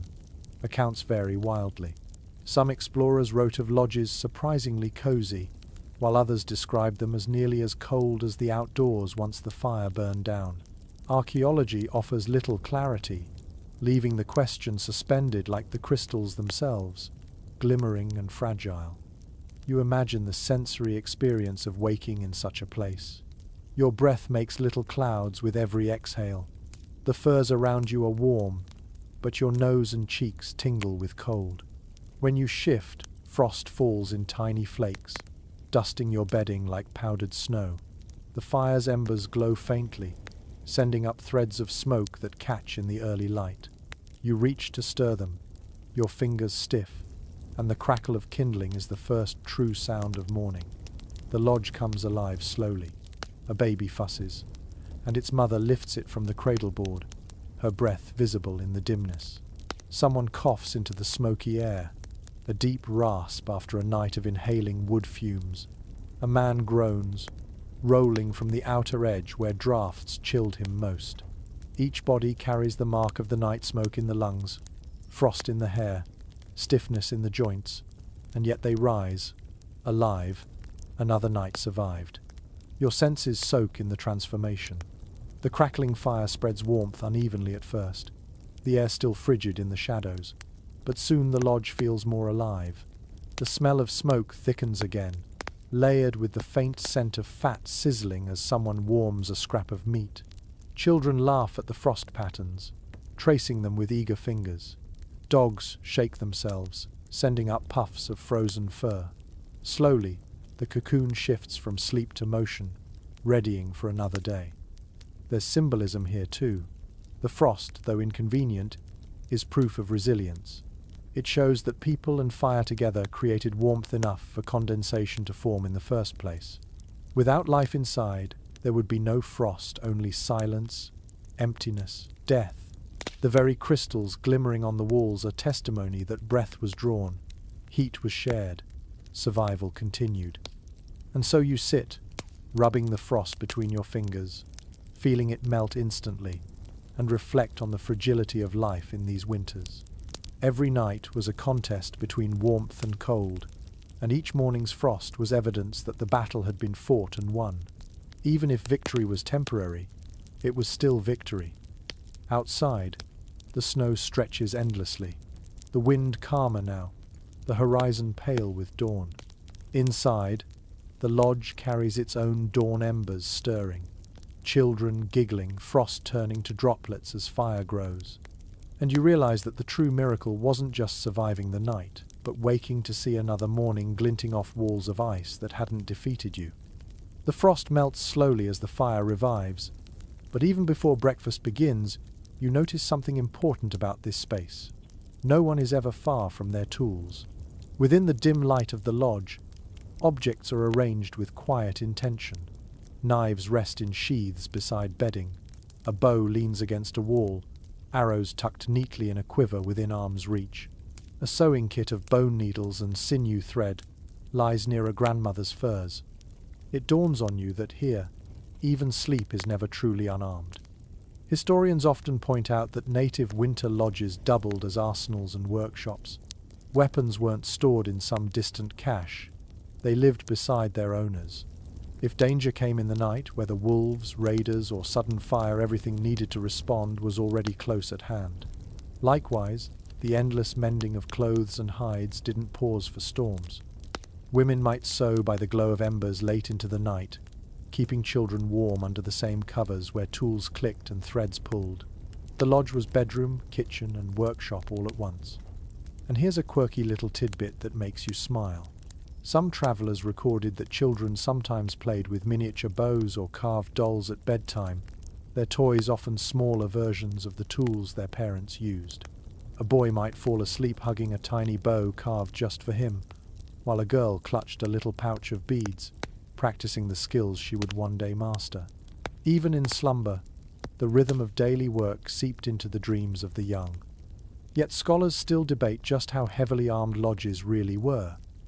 Were full war bundles and lances kept inside at all times, or only smaller everyday tools? Some ethnographers suggest the largest weapons were stored communally, while others argue families never let such essentials out of reach. Archaeology leaves us little beyond stone points and bone awls, and the written accounts vary depending on who observed.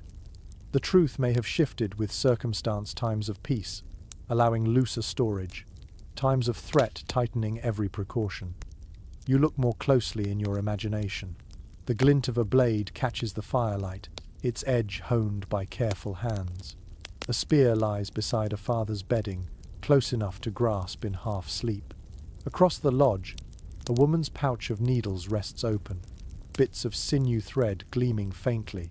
These objects are not luxuries, they are lifelines, treated with reverence and practicality. Each family sleeps with survival at their fingertips. Your senses drink in the details. The smell of sharpened stone mingles with smoke, faint but distinct. The feel of polished wood, smooth from use, rests beneath your hand. A soft clink of beads comes as someone shifts, their pouch rattling quietly.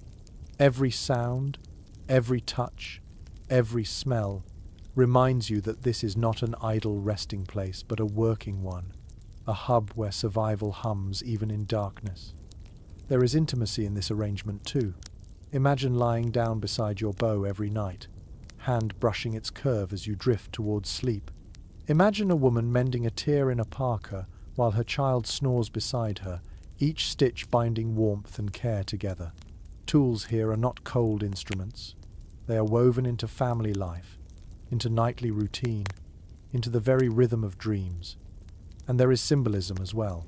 To keep a blade by your side at night is to accept that danger is never far, but it is also to affirm readiness. To hold a needle in your pouch as you sleep is to affirm continuity, that tomorrow you will wake, mend, and carry on. The presence of tools beside bedding is both pragmatic and philosophical, a statement that life persists not just in warmth but in action. You picture how this would feel at dawn. Rising slowly, you would already have what you needed within reach: a knife to cut wood, a needle to patch hides, a bow for the day's hunt. No frantic searching, no wasted motion, everything woven into the same small space that cradled you through the night. It is efficiency born not of minimalism but of necessity. And as you settle again under the furs, you realize that even in rest, survival never loosens its grip. The tools at your side are silent companions, waiting with you, dreaming with you, ready to leap into use when dawn demands. The lodge is not cluttered, it is prepared. In this world, sleep itself is never separate from survival. The tools rest close, but not every object beside the bedding speaks only of survival. Some whispers are softer, warmer. As the fire grows stronger and morning edges nearer, you notice two figures curled together beneath a shared cloak. Their faces nearly touch, their laughter muffled under furs so the children will not stir. Even in a world of ice and hunger, love sneaks into the lodge, bringing with it a different kind of heat. Historians remind us that intimacy in winter life was not absent but essential. Couples shared not only duties and food but the very warmth of their bodies. A shared cloak, a layered parka spread over two forms, became both blanket and bond. Within the tight quarters of the lodge, affection was no private luxury. It was woven into the rhythm of survival. Companionship soothed, steadied, and sometimes distracted from the cold pressing in at the seams. And here's a quirky tidbit passed down through some oral traditions. Lovers whispered jokes or stories at night, stifling their giggles so as not to wake the whole household. Children might roll their eyes, muttering about parents who talk too much. It became a game of sorts, the adults pretending secrecy while everyone knew perfectly well what was happening beneath the shared fur. You can almost hear a muffled chuckle, a playful shove, the sound of warmth turning into laughter even while snow shrieks outside. Still, scholars debate the boundaries of intimacy in such communal spaces. Were couples careful to hide affection, or was it accepted as natural in the closeness of winter lodges? Some ethnographers argue that modesty prevailed, while others insist that privacy was a foreign concept imposed later by outsiders. The truth likely varied, shifting from family to family, night to night. In any case, warmth was shared, and love was no less a tool of endurance than firewood or fur. You let yourself imagine lying beneath that shared cloak. The smell of smoke lingers in the fabric, but beneath it is another scent, flesh warmed by nearness, hair carrying traces of cedar or sweetgrass. A hand brushes yours in the dark, a squeeze of reassurance. Whispers murmur close enough that you feel breath against your skin. The cold still presses at the edges, but here at the core, another fire glows, one of affection, of human connection deeper than necessity. It's easy to think of winter nights as grim, but here you see their tenderness. Couples exchanged promises in the dark, shared warmth when furs ran thin, and created spaces of laughter even when hunger gnawed. This wasn't only about reproduction, though that too mattered for the survival of a people. It was about comfort, companionship, and the emotional fuel to endure. A community that could laugh and love together at night was a community that woke stronger in the morning. There's symbolism here as well. Just as the fire needed constant tending, so too did relationships. Affection was another ember, coaxed alive with whispers, protected with shared cloaks. The warmth of the lodge was layered, hides and furs, fire and stone, bodies and laughter. Each layer mattered. Each added its own kind of insulation against despair. Your senses linger in the moment. The sound of soft laughter melts into the crackle of logs. The touch of another hand is as reassuring as the weight of the quilts. Even the silence that follows carries meaning, the silence of companionship, of not being alone. In a world so hostile, this closeness feels revolutionary. And as your eyes grow heavy once more, you realize that love here is not frivolous. It is survival in its gentlest form. It warms the body, yes, but also the heart. It offers strength to face hunger, storms, and endless nights. Beneath shared cloaks, with whispered words and secret smiles, people endured not just because they had to, but because they wanted to for each other. The laughter softens, drifting back into the steady rhythm of sleep, and for a while the lodge is only breathing and firelight. Yet behind the comfort lurks the knowledge that winters could grow harsher than memory could recall. Entire generations endured seasons that seemed determined to test the limits of human endurance. You shift in your bedding, picturing what it must have felt like when storms didn't relent for days, when drifts swallowed the lodges whole, when the air itself seemed colder than bone. Historians point often to the 17th and 18th centuries, when North America shivered under what we now call the Little Ice Age. During these decades, winters deepened, and the cold bit harder. For native communities, already skilled at adaptation, this meant doubling efforts. More hides sewn, more fires tended, more food dried and rationed. Families told stories of winters so fierce that rivers froze solid to the bed, and bison wandered farther south than anyone remembered. To survive such years was not just impressive, it was extraordinary. There's a quirky little tidbit passed down through oral memory. In some communities, children were told that the frost itself was alive, a mischievous being who pressed its icy fingers against the lodge to test for weakness. Elders scolded children who left the entrance flap open, warning them that Frostman would slip in and nip their toes. What might sound like superstition doubled as practical teaching: close the flap, guard the warmth, or you'll invite in the cold itself. You can imagine a child squealing as an elder tapped their bare foot, laughing that Frostman had found them. But scholars still debate how devastating the Little Ice Age truly was for native populations. Did it worsen mortality dramatically, or did traditional knowledge buffer communities against the worst? Some argue that the records of famine suggest widespread suffering, while others insist that oral histories reveal resilience, with cultural adaptations strong enough to blunt even the sharpest winters. The question lingers unresolved, echoing like the howl of a storm that never quite fades. You lean into the sensory details of such a harsh season. The air inside the lodge feels colder despite the fire, breath misting even close to the flames. The hides stiffen with frost at night, crackling faintly when touched.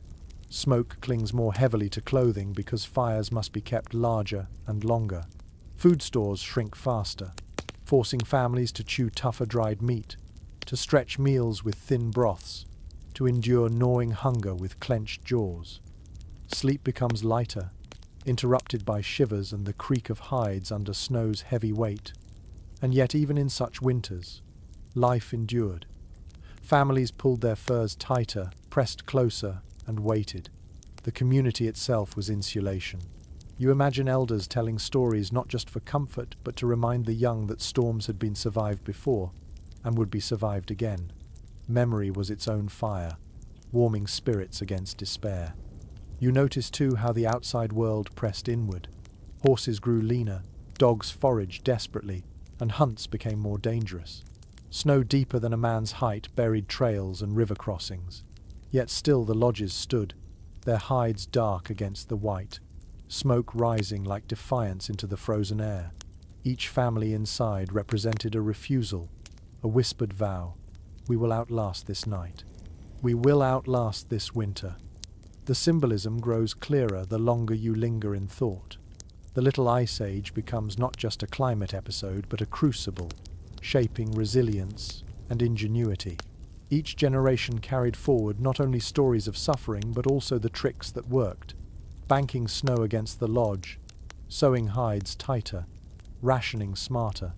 Hardship became heritage, survival became tradition. Your senses lean into the lesson. You hear the howl of a storm that rattles poles like bones. You feel the cold biting even through layered furs.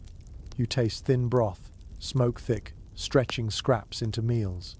And yet you also sense the warmth of family pressed close. Laughter forcing its way even through hunger. Stories refusing to let despair take root. And as you settle back, eyelids heavy again, you realize that the miracle is not merely that people survived the worst winters history threw at them. The miracle is that they survived with memory, humor, affection, and identity intact. The lodge became not just a shield against cold, but a vessel carrying culture through the frost. In this way, each frozen season was not the end, but another layer of resilience added to the story. And you feel that story curl around you like another quilt, whispering that no matter how bitter the storm, warmth can always be found if hearts hold close enough together. The memory of harsher winters lingers, but as the fire burns steady, your mind drifts to another thought. Not every winter shelter looked the same. The tipi of the plains, sharp and conical, is only one face of survival. Move eastward into the forests, and you would find wigwams, domed shelters woven from saplings and bark. Shift farther north, and snow lodges or semi-subterranean homes come into view. Each design met the cold in its own way, and each told a different story about how native peoples adapted to winter's relentless grip. Historians often stress these contrasts. On the plains, tipis made of buffalo hides were light, portable, built to move with the herds. In the forests of the northeast, wigwams offered sturdier insulation, their rounded shapes trapping warmth more efficiently, layered with bark and mats of reeds. Along the icy rivers of the far north, partially dug-out lodges harnessed the earth itself as insulation, keeping families warmer beneath thick sod or snow-packed walls. Geography shaped architecture, and architecture shaped survival. Here's a quirky tidbit that might make you smile. Some explorers visiting the wigwams of the Algonquin peoples remarked that they were so warm and close that one sweats even when the snow lies thick outside. One observer even claimed he had to step back out into the storm to cool off.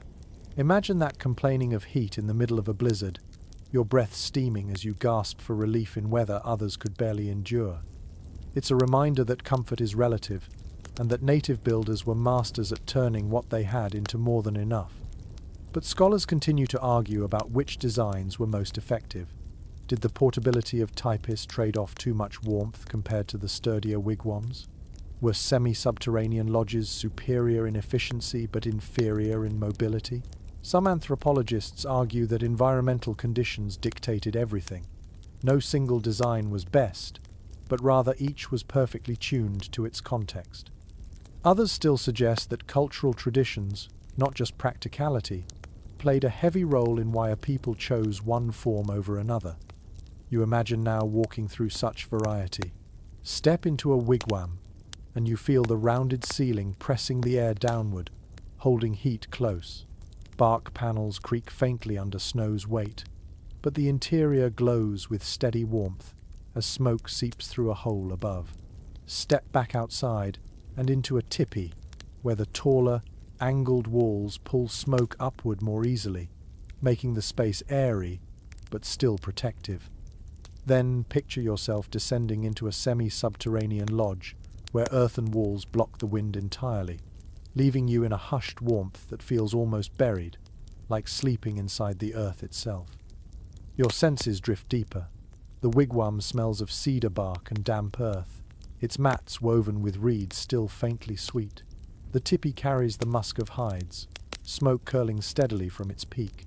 The semi-subterranean lodge is quieter still, its air heavy and still, the faint tang of soil mingling with fire's resin. Each shelter gives its own kind of cocoon, its own way of saying, "Here you are safe for the night." And yet, the symbolism runs through them all. Whether domed, peaked, or buried, each structure shows how humans read their environment like a book. Trees became bark and frames, buffalo became hides, earth itself became wall. Winter was not conquered by one invention, but by many, each a reflection of place, tradition, and ingenuity. The lodges are not just shelters, they are philosophies in wood, hide, and snow. You picture families moving between these worlds, trading, visiting, sometimes adopting one another's practices. Perhaps a plains traveller marvelled at the sweaty warmth of a wigwam. Perhaps a woodland visitor stared upward at the elegance of a towering teepee. These contrasts weren't rigid divisions but conversations in architecture, whispered across the land in the language of survival. And so you lie back again in your imagined lodge, warmed by hides, but with your mind wandering into domes and dugouts and earthen walls. Each design different, yet all answering the same unyielding question: how do you sleep through a night so cold it could end you? The answer, you realize, is as varied as the land itself, but always rooted in the same unbreakable will to endure. The fire burns brighter now, smoke winding lazily upward, and as you sink deeper into thought, you remember how these lodges must have seemed to outsiders, the first Europeans stumbling into villages midwinter, expecting misery, and instead finding warmth. Their writings often reveal shock, even disbelief, that people living without stone houses or chimneys could endure blizzards in comfort. To those unaccustomed to such structures, the interiors seemed impossibly efficient, almost magical. Historians point out that journals from 17th and 18th century explorers and missionaries are sprinkled with astonishment. Men who arrived wrapped in wool cloaks often entered tipis or wigwams, trembling with cold, only to discover interiors far warmer than their own crude cabins. Some confessed that native lodges outperformed European shelters of the same era. Smoke vented better, warmth gathered more efficiently, and the spaces felt more alive. You can almost picture an officer stamping snow from his boots, muttering that his own men froze nightly in drafty forts while these savages, as he dismissively called them, slept snug. And here comes a quirky tidbit. One French missionary complained that his hosts insisted he remove layer after layer of his European wool because he was sweating like a hog inside the lodge. He noted that the family laughed at him, amused that the stranger couldn't tolerate comfort. The irony drips from the page, an outsider brought to shame not by cold, but by too much heat in a place he assumed unlivable. Still, scholars argue about how reliable these accounts are. Were Europeans exaggerating, eager to romanticize the noble savage? Or were they underplaying discomfort to highlight their own toughness? Some historians suggest these reports are colored by cultural bias, while others see them as honest amazement. The truth is tangled, as it often is when cultures meet, part admiration, part misunderstanding, part condescension. You let yourself picture the moment more vividly. A traveler stumbles inside, face raw from wind, cloak crusted with snow. He blinks in the smoky glow, wiping tears from stung eyes. Around him, families sit calmly, children drowsy in furs, dogs snoring softly. The contrast is staggering. His body aches from exposure, while theirs rests in steady warmth. He tries not to shiver, tries to keep dignity, but the relief floods his bones so quickly he nearly weeps. What must it have felt like to realize that survival here was not a miracle, but a mastery? The sensory differences leap at you. Outside, snow blinding, wind clawing, every breath like glass. Inside, fire crackling, hides muffling sound, warmth pressing into skin. The smell of resin, meat, leather dense, earthy, alive contrasting with the sterile chill of the wilderness beyond. For an outsider accustomed to stone walls that leaked drafts, this lodge would have felt like another world. It's worth reflecting on the symbolism too. To step into a native lodge as an outsider was to step into a philosophy alien to European eyes. Here, warmth didn't come from massive masonry or iron stoves, but from balance hide, wood, snow, and bodies woven together. The efficiency was born not from wealth or technology, but from intimate knowledge of place. To Europeans, who valued permanence and grandeur, such flexible, portable, deceptively simple shelters seemed uncanny. They underestimated, until frost reminded them of their own frailty. And there's another layer, the quiet humiliation of discovery. Many Europeans prided themselves on civilized superiority, yet they found themselves learning to survive from those they dismissed. Some borrowed techniques insulating with furs, banking snow, tending fires in shifts. Others resisted, insisting their own methods were better, even as their men froze. The contrast between stubborn pride and quiet adaptation must have played out many times beneath the howling winds. You can imagine the conversations that followed. Around a smoky fire, a missionary writes in his journal about the indolence of people who lounge in warmth, forgetting that his own face still burns from frostbite. A soldier sketches a tipi in his notebook, convinced it's unworthy compared to a wooden cabin, even as his toes thaw gratefully. These contradictions fill the accounts, revealing as much about outsiders' biases as about native life. Yet through all the words, one fact rings clear. People here knew how to turn the harshest environment into a home. Outsiders might misinterpret, might argue, might even ridicule, but they could not deny the truth of what they felt when they stepped inside. Warmth, safety, survival. Your senses settle again into that warmth. You hear the crackle of wood, the laughter of children amused by the foreign guest's discomfort, the soft rustle of hides as a woman adjusts a seam. The storm outside fades to a dull whisper. For a moment, you feel both perspectives, the awe of the outsider and the calm mastery of those who call this lodge home. And as you sink deeper into your bedding, you realize that survival here was not just a matter of enduring the cold. It was a matter of turning necessity into comfort, of making the impossible feel ordinary. What outsiders saw as marvel, the people inside saw simply as life. And that quiet distinction is perhaps the most powerful lesson of all. The outsider's astonishment lingers in your thoughts, but soon your mind shifts toward the lingering puzzles of these lodges themselves. You've spent the night surrounded by hides, fire, and breath, imagining how warmth might have endured.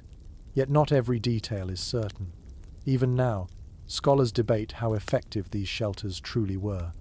Did they keep families cozy through the worst storms? Or were they drafty, smoky compromises that required constant adjustment? The evidence remains as hazy as the smoke curling above the fire. Historians present one picture: buffalo, hide tipis, carefully sewn and angled, could trap surprising warmth. Families clustered close, fire tended constantly, hides patched and doubled when needed. Oral traditions describe them as snug, efficient, almost perfected through centuries of practice. But then the archaeological record complicates matters. Postholes and charred earth reveal fires, yes, but not always clear traces of how thick coverings were, or whether smoke holes vented efficiently. Skeptical voices suggest these lodges may not have been as comfortable as memory insists. And then comes a quirky tidbit, lodged in old missionary reports. Some outsiders noted that when lodges filled with too many people, condensation dripped from the ceiling, making bedding damp. One priest wrote that he woke to find icicles hanging from the inner poles.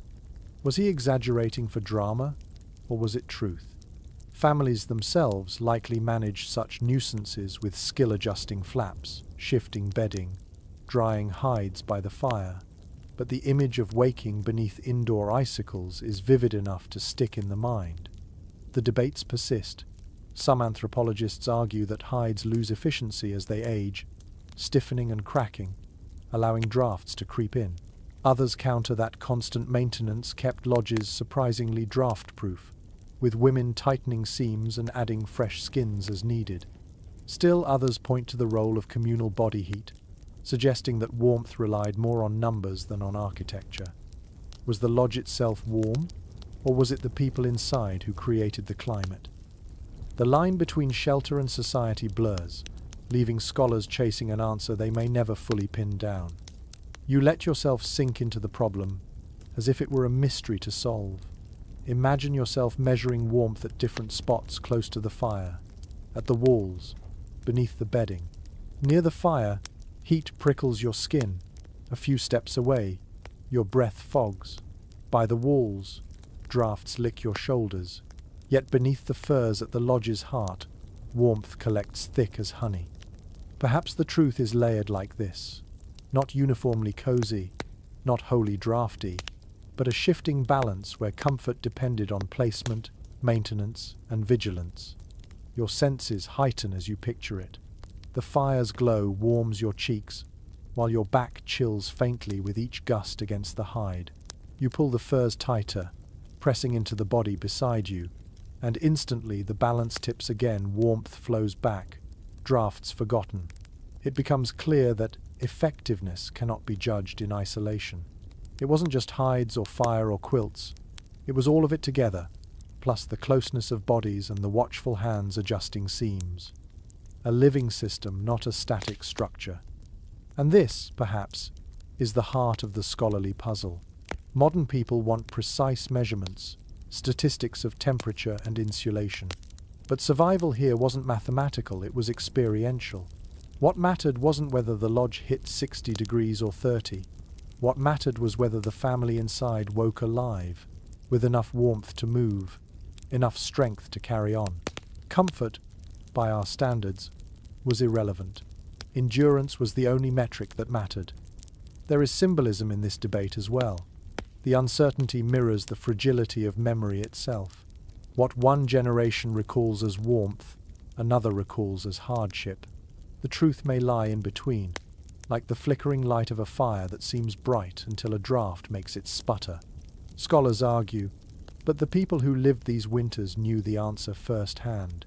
It was never perfect, but it was enough.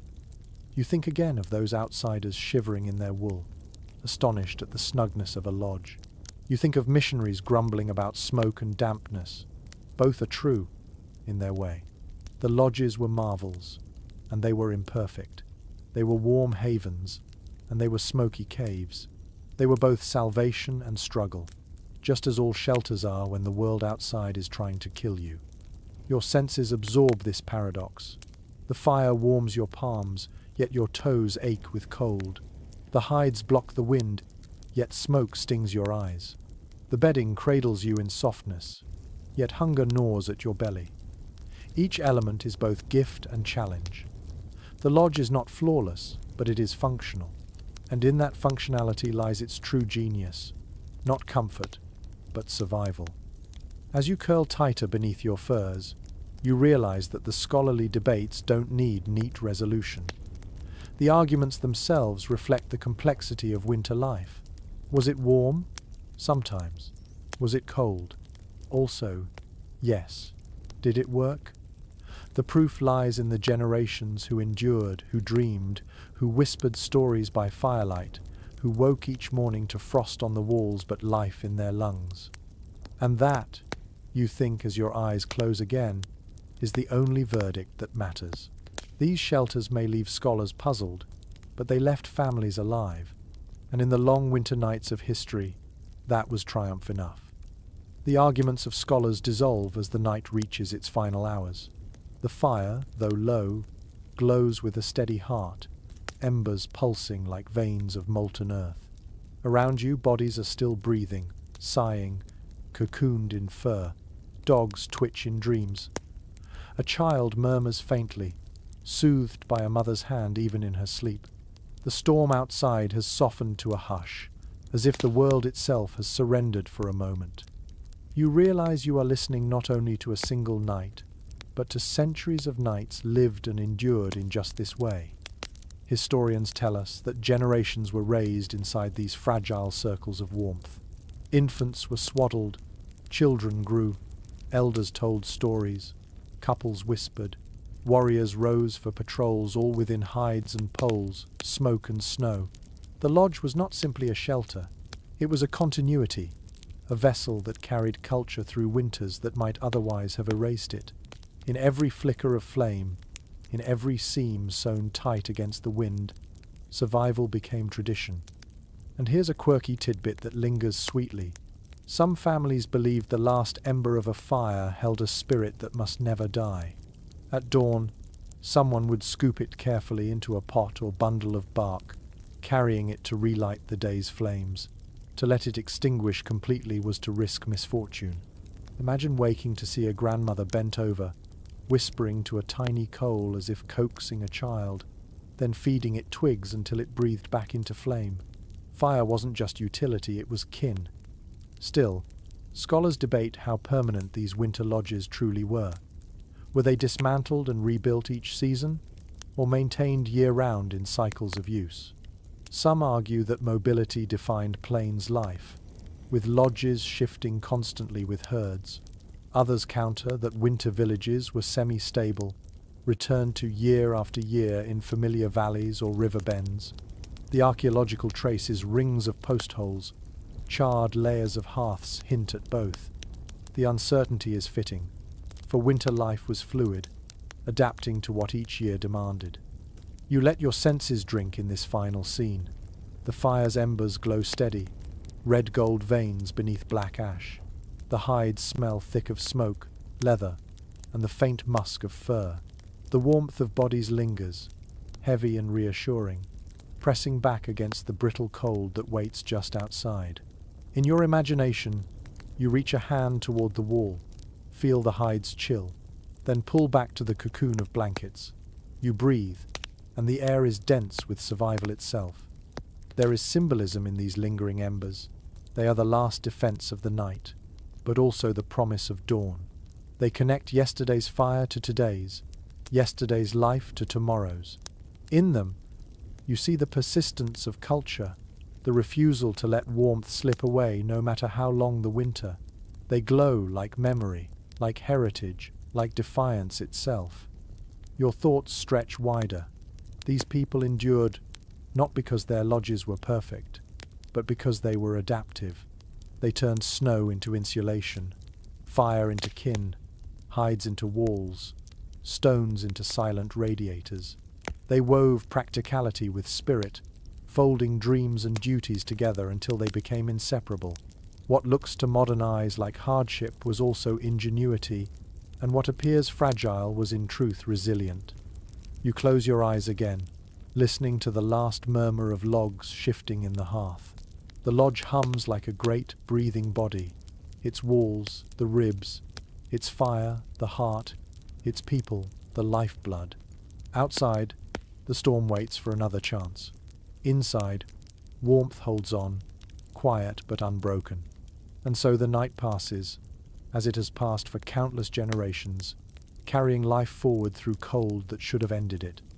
And now, as the story draws to its close, the pace begins to soften. You've walked through long nights on the plains, you've curled beneath hides and furs, you've felt the bite of frost and the relief of firelight.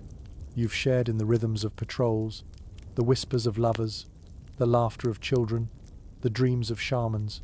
You've listened to the lodge itself breathe, walls trembling with wind, embers glowing like quiet stars. Let your body relax into that imagery one final time. Picture yourself lying back inside a circle of warmth, the cold kept outside by nothing more than hides, fire, and closeness. Hear the muffled sigh of the storm beyond, reduced to nothing more than a lullaby. Smell the faint traces of wood smoke, leather, and snow melting into droplets on the hides. Feel the heavy quilt of fur pressing over you, the weight of centuries of survival curling around your shoulders. Notice how each detail, once a matter of life or death, now lulls you toward rest. The fire's glow softens your eyelids. The steady breathing of those beside you steadies your own. Even the distant memory of hunger or frost has been transformed into reassurance, the knowledge that people found ways to endure, that warmth always returned. So let the last embers guide you. Imagine them glowing brighter, then dimming slowly, until they become a single point of light in the dark. With each breath, they fade gently, until nothing is left but calm. You are safe. You are warm. The storm outside cannot touch you here. Drift now into your own dreams, carrying with you the quiet strength of those who once lay in winter lodges, who kept the fire alive through the longest nights. Sweet dreams.